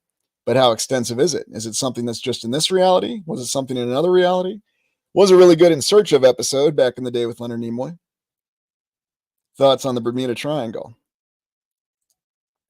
What if the realm is both, the flat curved into a sphere and beyond? Very possible, Stephen. I don't wonder that myself. I think that's a strong possibility. And that's another good point, Kevin. We can only see 4% of the visual spectrum, if that. And maybe there's much more that we can't see. Instead of it being 100%, it's actually 1,000%. We can only see 4% of that. 4/10, 400ths of a percent. Just imagine. Yes, the original film had some very interesting ideas to it, Julia. Another good example. Oh, Captain Morgan's. Oh, I see. So you had the wrong frequency then, Boston Freak Flag. You needed the right frequency. So, maybe you should have tried some Miller Genuine Draft or something, right? Okay. You're from Boston. Pats, right? Hawaii is an interesting location as well. And it's funny because they tend to flip it into movies in certain places. In that less than stellar film 2012, they even use Hawaii as an example of a spatial change. It's moved thousands of miles with that crust displacement theory. A lot of this stuff started to surface in the late 60s and early 70s, like the Bermuda Triangle, Loch Ness Monster, Bigfoot. When I was a kid, this stuff was everywhere. Yeah, that's true. And oddly enough, there seemed to be a lot of disclosure or a lot of open discussion about it, and it was handled as these are different ideas. It's theory and conjecture. We don't know. That's a great point, New West Reset. That's a really good point. And so going back to the concept of what the Bermuda Triangle may be, we'll go on to the next slide here, and please hit the like button. Now, this is where it's generally templated to be, but again, who knows if there's anything there? We don't know if there's anything going on. It could just be a coincidence. There's just a couple odd reports and some odd occurrences. But when you go back and you watch the original In Search of episode, there is something very, very strange that's going on with it. And so when you think about that with space and time and reality, the Ouija board and the paranormal realm. Yeah, and it might be a way of communication there, Robert, or it might even be set in your frequency. Who knows for sure? Oh, had to get a Planet of the Apes quote in there. Don't worry, no one will be saying that in the current Planet of the Apes films, will they? Ooh, a collapse in the Earth grid matrix. Yeah, maybe. Well, why do they even have to dump them? I mean, if we know they come back anyway, what difference does it make? I always found that interesting. But I've heard that before. Tried an exploration on it, it didn't go so well. So, anyway, you may recall from that In Search of episode, there was a caller when they were doing a call-in show from a Fort Lauderdale radio station, vicinity Miami. Not Miami, Fort Lauderdale. I know there's a difference. But on the radio station, individual was doing a call-in show, and there was a random caller that came in. Now, you can go and watch the In Search of episode. It's called Bermuda Triangle, and they've got the actual taping of what the caller said. I'll read it out to you. He calls in. There's one of you on the program who will understand what I'm going to say. And every living thing on this planet has an aura. It is its communication with the millionth council who governs this planet. He didn't say millionth, he said millionth. I very distinctly remember it, but maybe I'm off. The area that you are discussing now is the aura of this planet. It is the communicative channel through which the millionth council governs this planet. Which council, sir? The millionth council. The millionth. Millionth. Anyone going into the area when the communicative channel is open do not disappear, but they're in the timeless void. They're all perfectly alive and well. It is the only area through which the council can communicate with this planet. Now, this could just be some crazy person who called in at some point in time, although they did analysis on the voice and indicated that the caller believed what he was saying. Yeah, Wheel of Time has a couple good examples, doesn't it? That the caller really believed what he was saying. Yeah, it's kind of strange, isn't it? And they did a lot of analysis on it. Now, it seemed as though this was someone who had a pre-prepared write-out. They had this written out, then they called into the show and reiterated this. But even so, these are interesting ideas because this alludes to all the things that we're talking about. A time warp, a timeless void, some existential power or some external power that's managing to influence things here, whether it's a cube, a plane, a ball, or whatever. Yeah, it's very, very, very similar to it, Jamie. That's a good example there. And again, coming down to frequency, and maybe that's what this is all alluding to. So, in this very short call, and in just two paragraphs, a couple sentences, this individual actually summarizes all these theories that we have about portals. Now, was it the Bermuda Triangle? Was it something else? Well, that we just don't know. Yeah, when did something become a whatever or however? Who knows? But there wasn't just the Bermuda Triangle. There's also the Devil's Sea or the Dragon's Triangle, as they call it, vicinity Japan.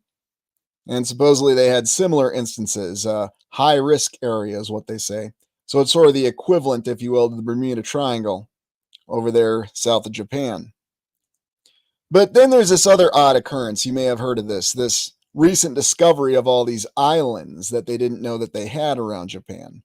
Now, officially, they try to address this by saying that they already knew that this amount of land was out there. They just didn't categorize it as islands. So you'll see an article that tells you that they found thousands of islands, but then you'll see another portion of the article that tells you, well, yes, we knew all these islands were there. We just categorized them differently. So I don't know, is somebody backing off and doing cheetah flips from what they reported or trying to say that they didn't report the right thing? I'm not sure, but initially they reported that they found many new islands. And then they said, well, we already knew about the islands. We're just categorizing them as islands. We're just changing the boundaries because that's how we talk to people all the time, I guess. But a very interesting idea, isn't it? That they just found all these distinct islands vicinity Japan that they didn't know exist before. And why would you ever write or publish an article like that? Very strange. Picnic at Hanging Rock. Hey, welcome, CFH90. Thanks for joining us.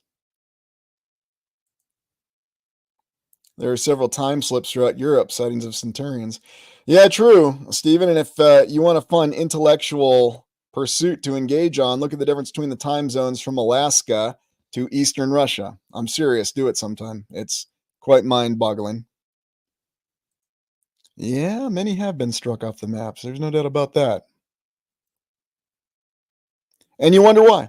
And then we have other accounts that we talked about, such as missing or invisible islands or High Brazil. We're told that one single island is a legend, it doesn't exist, but now we're talking about thousands of islands. So, which is it?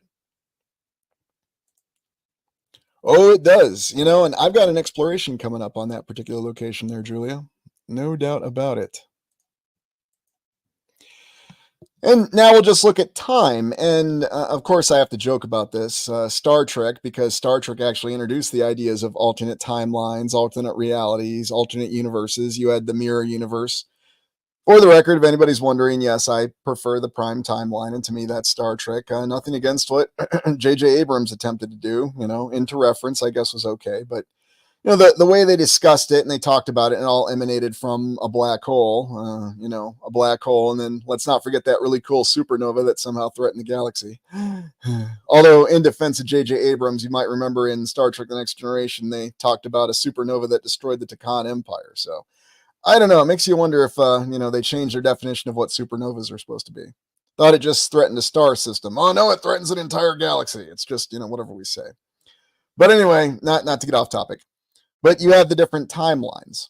Although, if you're familiar with Star Trek, some people will say that Star Trek started to go off on a different timeline when First Contact came out. That was the one where they went back in time and they encountered the Borg. And a lot of people say that the timeline changed because the TV series Enterprise never really felt like it was on the same timeline as the original Star Trek. Now, you could just say, well, that's due to poor continuity in writing and so on and so forth. But there were a lot of odd things in Enterprise that didn't match up. For example, the Vulcans being, well, we'll just say very aggressive and violent. And that kind of matches what we see in the Kelvin timeline and whatever timeline the new series are supposed to be on. But anyways, it was just really odd. Certain things that they changed, certain continuities that they changed. And it all relates back to a portal. Yes, of course, it would be Star Trek. And yes, obviously, I had to throw it in there. Well, thank you, Donna Marie. I appreciate that. Yep, Captain Janeway. If anybody could get around a portal, it'd be Captain Janeway. And she'd have a good cup of coffee, too, while she did it. Hey, good to see you, Nana. Hope everything's going well. Oh, yeah, they did. And I honestly think those were better time travel stories. Again, just my opinion. There's nothing wrong with New Trek. They still engage with the science fiction ideas. I'll admit, I grew up with the original, so I prefer it, but that's just me. They had some good stories in Enterprise. It's just the continuity felt different. That's all I'm saying. Not saying it's a bad series or any of them are bad series. It's just it seemed like they had changed the continuity. But again, that just may be me. 5 cups and easy. Yeah. I always like that little poster of Captain Janeway. There's coffee in that nebula. I'm right there with you, Captain Janeway. Hey, Teresa. Yeah, the original TV show, I think, the original 3 seasons, they had the most science fiction ideas, and they also had the most old world ideas in it, too. Yep, and a lot of friends and people I know like the old stuff, so. Yeah, I gotta admit, I never thought I'd be appreciating a photo from Star Trek 5, but you know what? I really did. It was good to see the old crew again, but anyways, okay, moving on. Now, something else to think about with this change in spatial reality. Talk about how rules of physics could change in different realities. And this is where it suddenly becomes possible, where when we look at the 5 eras theory at the end of this, you can see different spatial realities, different times. So suddenly you can have crazy things like this. Now, did anybody ever see the film The Quiet Earth? At the ending of that film, where you saw a total breakdown in the laws of physics, and you saw what looked to be Saturn rising on the horizon. Very intriguing ending to that film. And for some reason, a lot of people despise the fact that I like that film and I reference it. And I'm not sure why, but yeah, that's true. Oh, there's a good one. Yeah, James R. Kirk from the original pilot, Where No Man Is. Well, not the original pilot, the second pilot, Where No Man Has Gone Before. But they tried to cheetah flip that by saying that old Gary there just didn't know Kirk's middle name, didn't want to accept that it was Tiberius. uh, oh my goodness. There's actually a couple locations that you mentioned, Reality Checkmate. We're going to try to explore one coming up here. We'll see if we can get access. But yeah, I think there might be a little bit more reality to that. Absolutely. And then, of course, that plot device, the Nexus from Star Trek Generations, although it was really more of a time portal that was just flying through space. I was not the biggest fan of Star Trek Generations. I'm just going to be honest. I enjoyed the film. It was good to see the Kirk and the new crew link up, but Anyway, concept of the Nexus, another portal, if you will. Just jump into it. And then the spatial portal that we see, although oddly enough, you'll see that there's a reference. I always like this image because it shows some of the old, what will be told are megalithic structures acting as a portal. Because oftentimes you see the sun or you see other celestial phenomenon in these portals.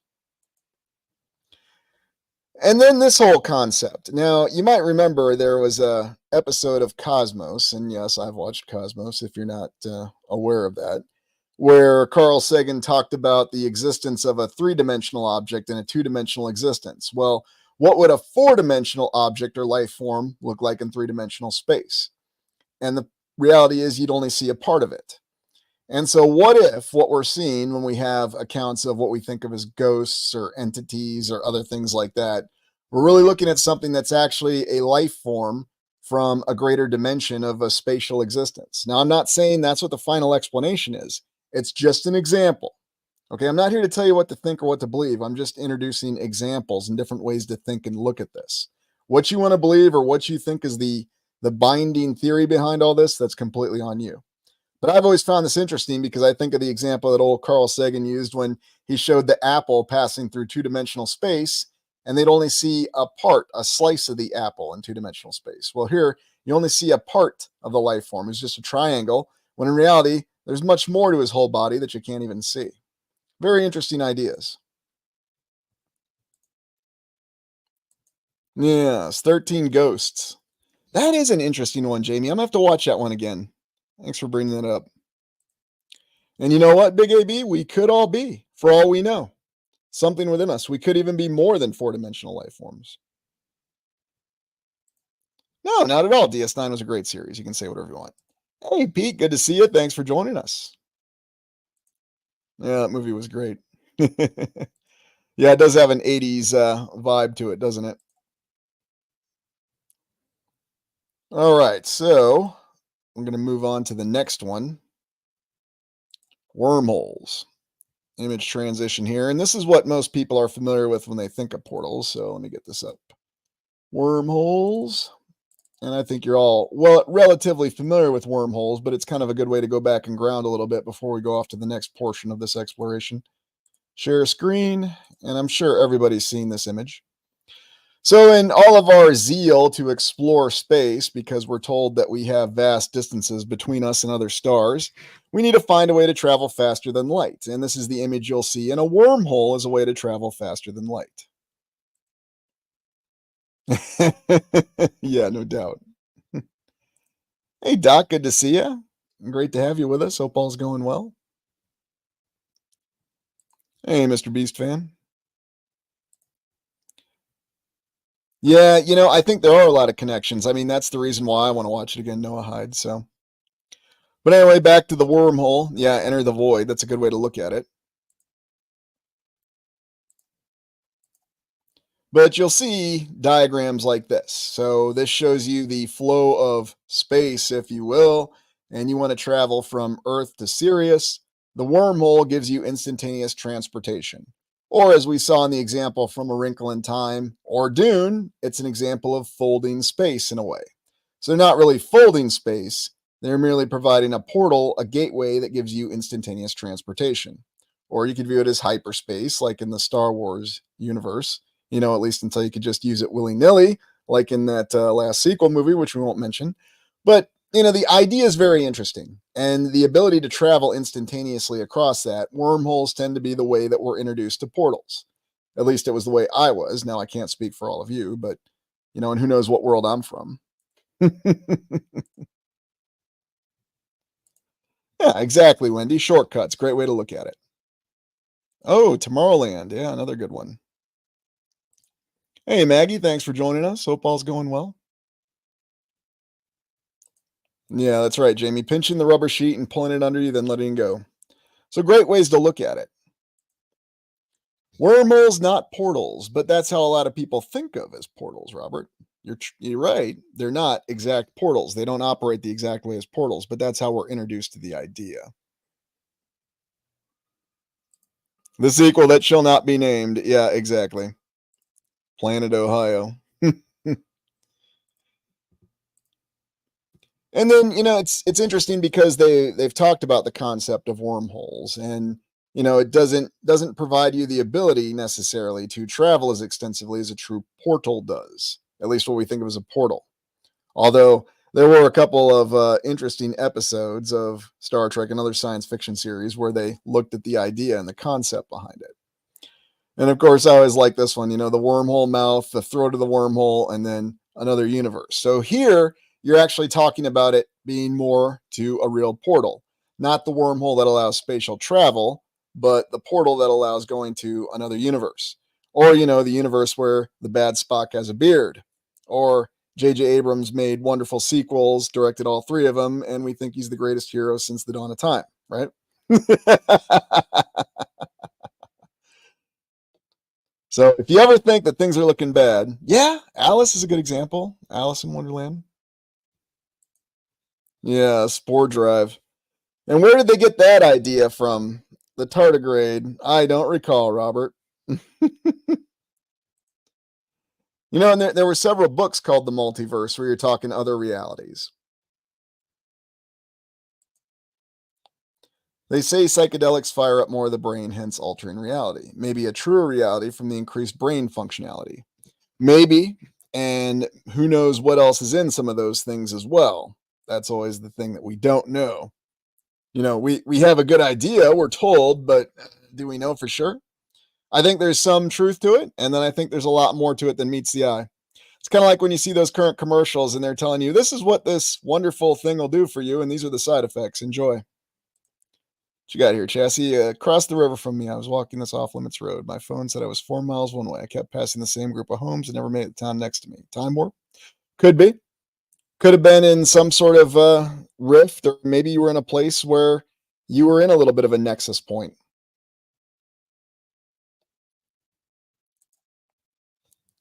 Yeah, the magnetic torus. That's a good example. Yeah, sleeping. Some people would say that that's actually a passage through a portal, if you will. Hey, the Philosopher's Stone. Good to see you. Yeah, exactly. It's okay. You put it in the commercial, Boston freak flag, and then bang, it's okay to sell. Just as long as you talked about it. Yeah, you talked about it quickly, but it's all good. Yeah, and I'll be honest with you, I've had one of those moments too. It's when I was driving back home from a lecture at a very, very late night. This was 2000. And I looked back at behind the car, and there was this bright flashing light of ball lightning. And then the next thing I knew, I seemed to be 20 miles further along on my route than I was. And I assure you, at that time, I was not driving a car that could go 20 miles in about 2 minutes. Not possible. But, could have just been a slip of the mind. Who knows? You're talking about it from first person perspective. Not going to say that I jumped through some kind of wormhole or a portal, but, a lot of people share stories like that.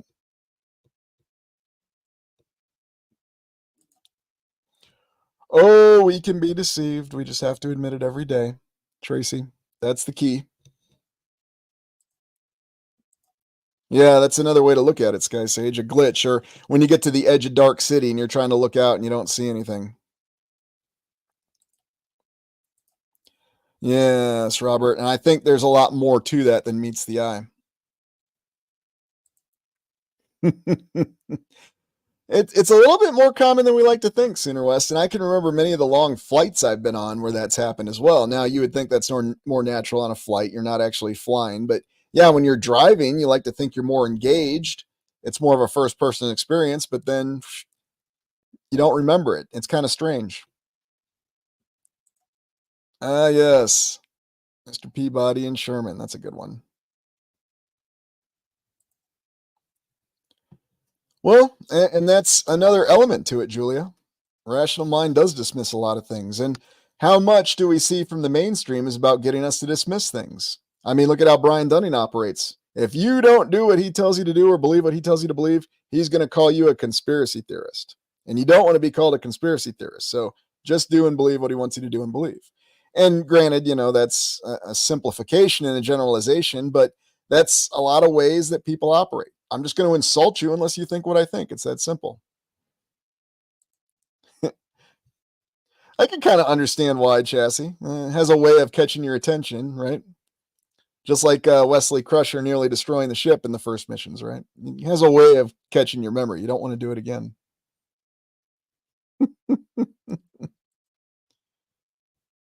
Mine could have literally become supercharged by ball lightning. Yeah, that could be. A lot of things changed during that time, Aether, no doubt about it. For me, and then they changed again a couple years later, but who knows? One step to walk a block. Yeah. And there's lots of people who share stories like that, Adam, and I think there's a little bit more reality to it than we like to believe.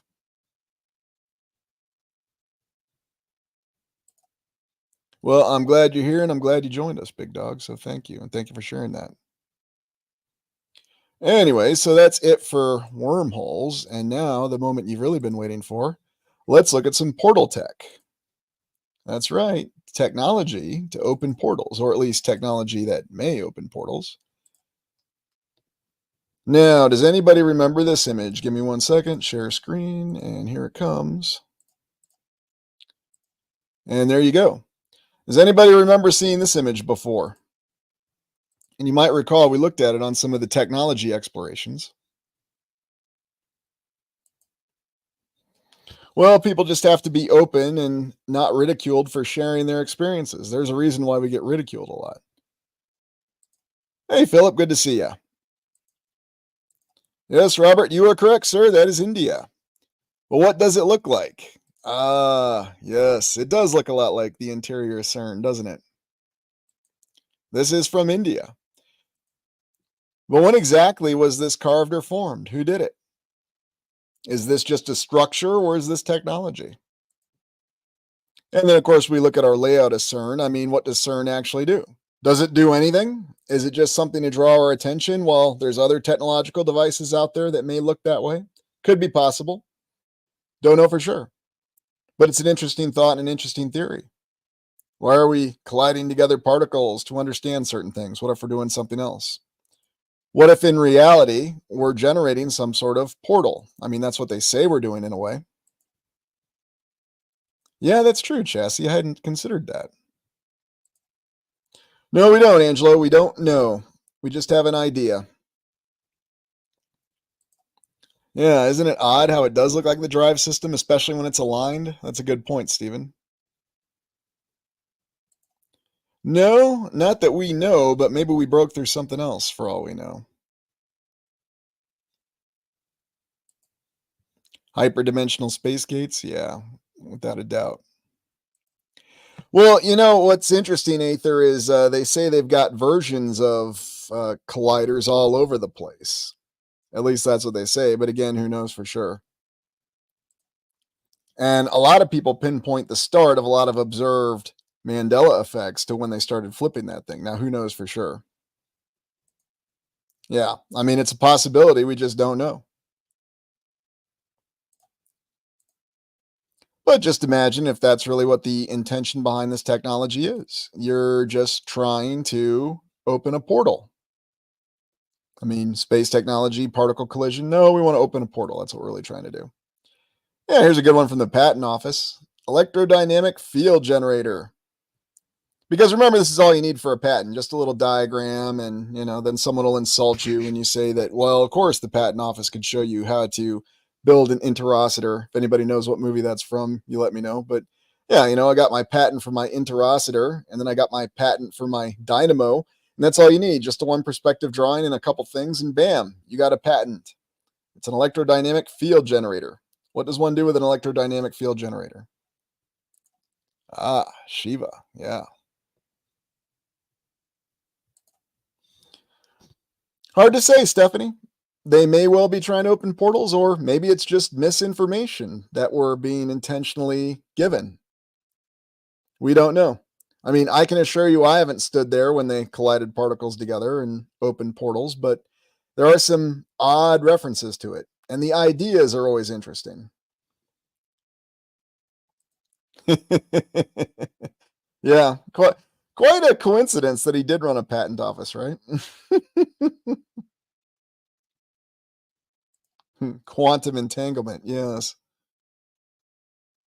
Who knows? Maybe that's all life really is, just a big series of quantum entanglements. Well, and I think there were many times, and who's to say that one of the causes of resets wasn't opening portals? It's one of the theories that we have. And then you might remember this, the Florence Cathedral in Florence, Italy, and this interesting perspective that they have on the floor. So, what's this supposed to represent? Why were they doing this in the Middle Ages, before the Renaissance even? Somebody was very intelligent and very mathematically inclined. During a time frame when we're told people were superstitious and it was illegal to read the classical Greek texts because, they didn't want people laughing, as they showed us in The Name of the Rose. But during that same time frame, they were able to construct this. Makes sense, doesn't it? And then, of course, you look at the portal at the top of the same building, looking up in the dome. So, a very interesting couple of images. And it's one of the reasons why there's another whole dimension to these architectural explorations that we do. Yeah, it could, for all we know. Should go there in person, Wendy. You can feel like you can fall into something. And if you want to talk about feeling like you're going through a portal, that's one way to do it. And maybe that's what it's all about, compelling the mind to think that it is. Oh, the grid. It does look that way, doesn't it, Sky Sage? Although, which grid exactly? Ah, exactly, Noah.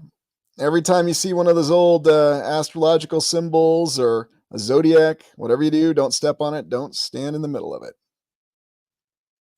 Ooh, a lament configuration. Yeah, it does give that impression, doesn't it?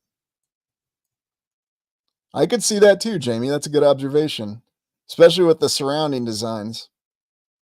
Same floor, and we won't even talk about the fact that the structure is held up and is going to be 1,000 years old before too long, although who knows how old it really is.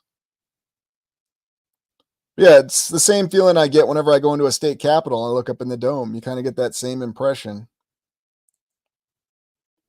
And then here is the diagram that shows you all the designs of the floor of the Florence Cathedral. So what happens when you stand here at a certain time of day and you have certain thoughts? I don't know. Is there more to it? Do you need to hold something? Do you need to have access to something? Can it act as a portal? Is it an energy generation device? Does it renew the individual spirits within humans? Could it do all the above and more? Sure. For all we know. Hey, Christopher, good to see you. Umbrella Corps from Resident Evil. That's a good one.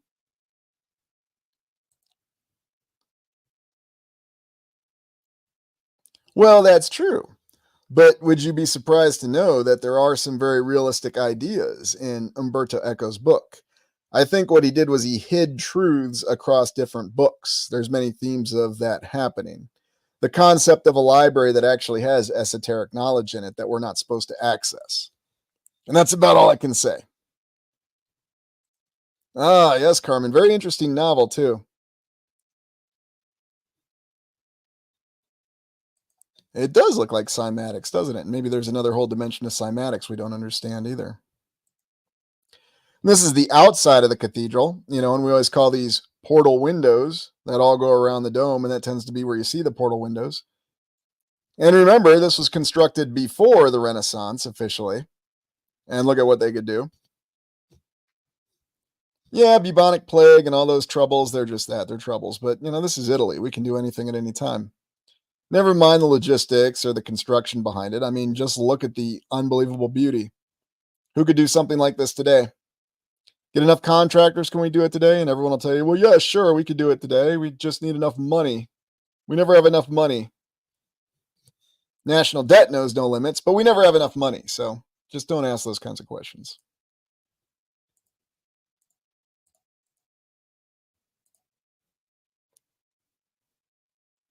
Well, thanks, big dog. I really appreciate that. And I am going to mention it. So,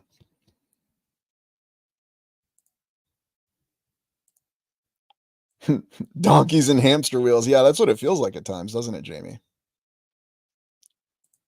Of course. We've got AI. That's why we can do anything, right, Julia? Yeah, do they even need to bother printing it, or do you just type a number somewhere, right, sooner? I've wondered that myself. Is it really that simple? uh, yeah, the audience is part of the band. That's what generic used to look like. I agree. It does. And you know what, Robert? I wish that was an easier one to do some explorations on. I'm trying to find out a way to do it. Don't worry, I'm not giving up yet. And then you may have seen this wheel before. Although, is that really what it is, or is it representing greater technology? That's always intriguing when you go and you look at these older structures and you consider their intricacy and all the fine detail that they put on them. And you always get the impression that they represent something so much more technologically advanced, not just in their construction, but as an apparatus themselves, much like with the star forts. There you go, Philip. Let's get rolling in Minecraft. We could do it there. Yeah, the wheel of life. But what does that really represent? What's that really telling us it actually is? Yeah, and it's actually a lot more common than we like to think. Nah, I don't have a wheel. Could be a space drive. Could be something that opens portals. Yeah, petrified wood, no doubt. And then here's another perspective of the Florence Cathedral. And I always like this one because here you can really see it for what it is. It's a two-dimensional floor, but it's alluding to a third dimension on a two-dimensional floor. And notice that in these structures, we always have that extension of spatial dimensions. Yeah, it seems to be that way, Stephanie. Hey, Risha. Yeah, remote control, or it could actually be an advanced computer. Or again, it could just be some gears that somebody found and they wanted to tell us that. But I have a feeling that they did find some more details with that, and that's why they have to say that. They have to admit that it is an advanced device that doesn't make sense. Oh, what does that OPA mean? Good question. We'll be coming back to that, Julia. Keep that in mind. Outside is better than the inside. Yeah.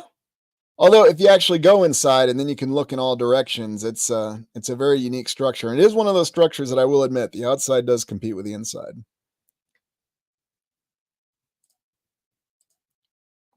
And then of course here you have the actual CERN with the image from the temple in India. And you can see the similarities. Coincidence or, hard to say. And I know you'd like a more detailed image, but good luck with that. Yeah, isn't it? Just another one of those little coincidences. Pay no attention to it. Willy Wonka's TV portal. Oh, yeah. Well, thanks, Marine. Like I said, and I'd love to do it with high def images, but we know what would happen if I tried that. So we're not going to try it. Yeah, and honestly, you can take a look at the images yourself, and I'll post them in the usual location, and do your own analysis. Yeah, it does have a kaleidoscope feel, doesn't it? And then you look at some of the other structures in the apparatus behind it. And so just think, I mean, is this really doing what we're told it's supposed to be doing? Is this particle collision? Is this just for studies? How do universes form? Or are we really trying to open portals? Are we punching a hole through the very fabric of our reality? Whether it's, hey, QCZ, it's good to see ya. Thanks for joining us. Yeah, they do, don't they, Adam? And the changing iris as well. Yeah, there's no doubt about that. Could be, Vaughn, or the past for the future. Because again, how real is time? Does time really exist, or is it just something that's imposed on us? Now, people will say, well, you get older, you gain experiences, but is that time or is that something else happening? Don't know for sure. And then, of course, there's all the portals that we have on all the structures and the explorations that we do. Very interesting, isn't it? Like, are these temples? Are these something else? What's exactly going on here? Or do these represent technology? And then here it is again, another portal that's in a church.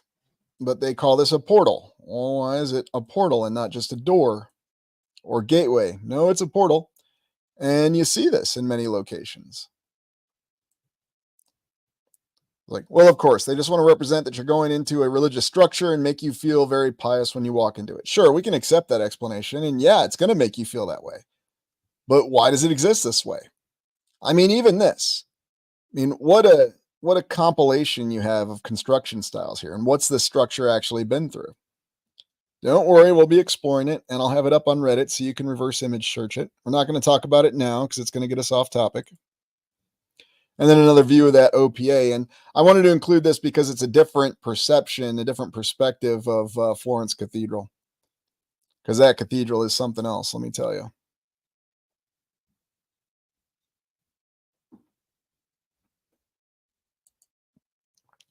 Yeah, very strange creatures, no doubt about it.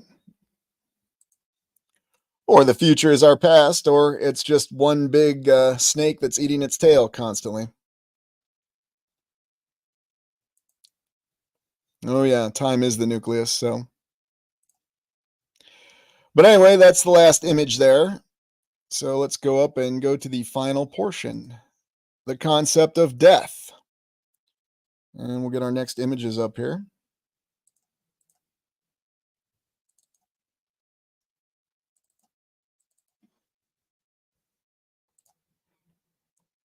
And here we go, share.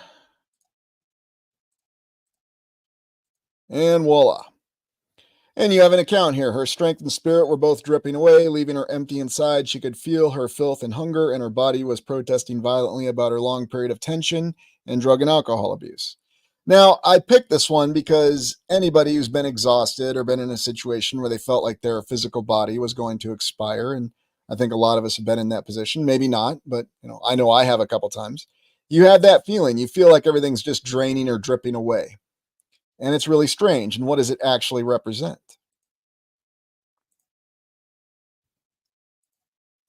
Yeah, I think there's a lot of indications that time is indeed illusion. Inferno. Hey, thanks, QCZ. I appreciate that. And welcome to the new members. Could be both, for all we know.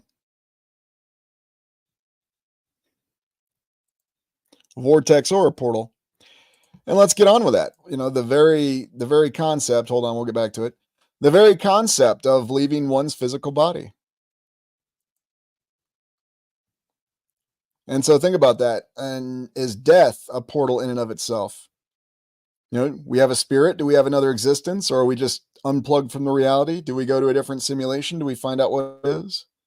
And so you find out exactly how portals relate into this. This is how we can explain why we may have Art Deco, why we may have different architecture, why we have overlapping timelines. What if every reset is just an opening of the portals? What are your thoughts on that? Yeah, and new members, go ahead and enjoy the perks and benefits. So, and again, thank you very much, QCZ. Yeah, some people would say that, but I think we're much more. Pure astral release. Yeah, I think that's exactly what we come. So, anyway, I think that's about all we have for this particular week. No, and I think that's something we can prove. But anyway, I hope you enjoyed this exploration. I got another one coming out tomorrow, and we're going to do some different boots on the ground explorations coming up this week. So I hope you enjoyed it. I appreciate you joining me for this exploration on portals. And I'll probably be publishing a little poll asking if you want to look at old world and film again, or if you want to look at that Napoleonic era. So it was good to see all of you. Thanks for joining me, and I hope you have a wonderful week. And with that, I just ask that you all hit the like button before we sign off and enjoy yourselves and have a wonderful week. Thank you.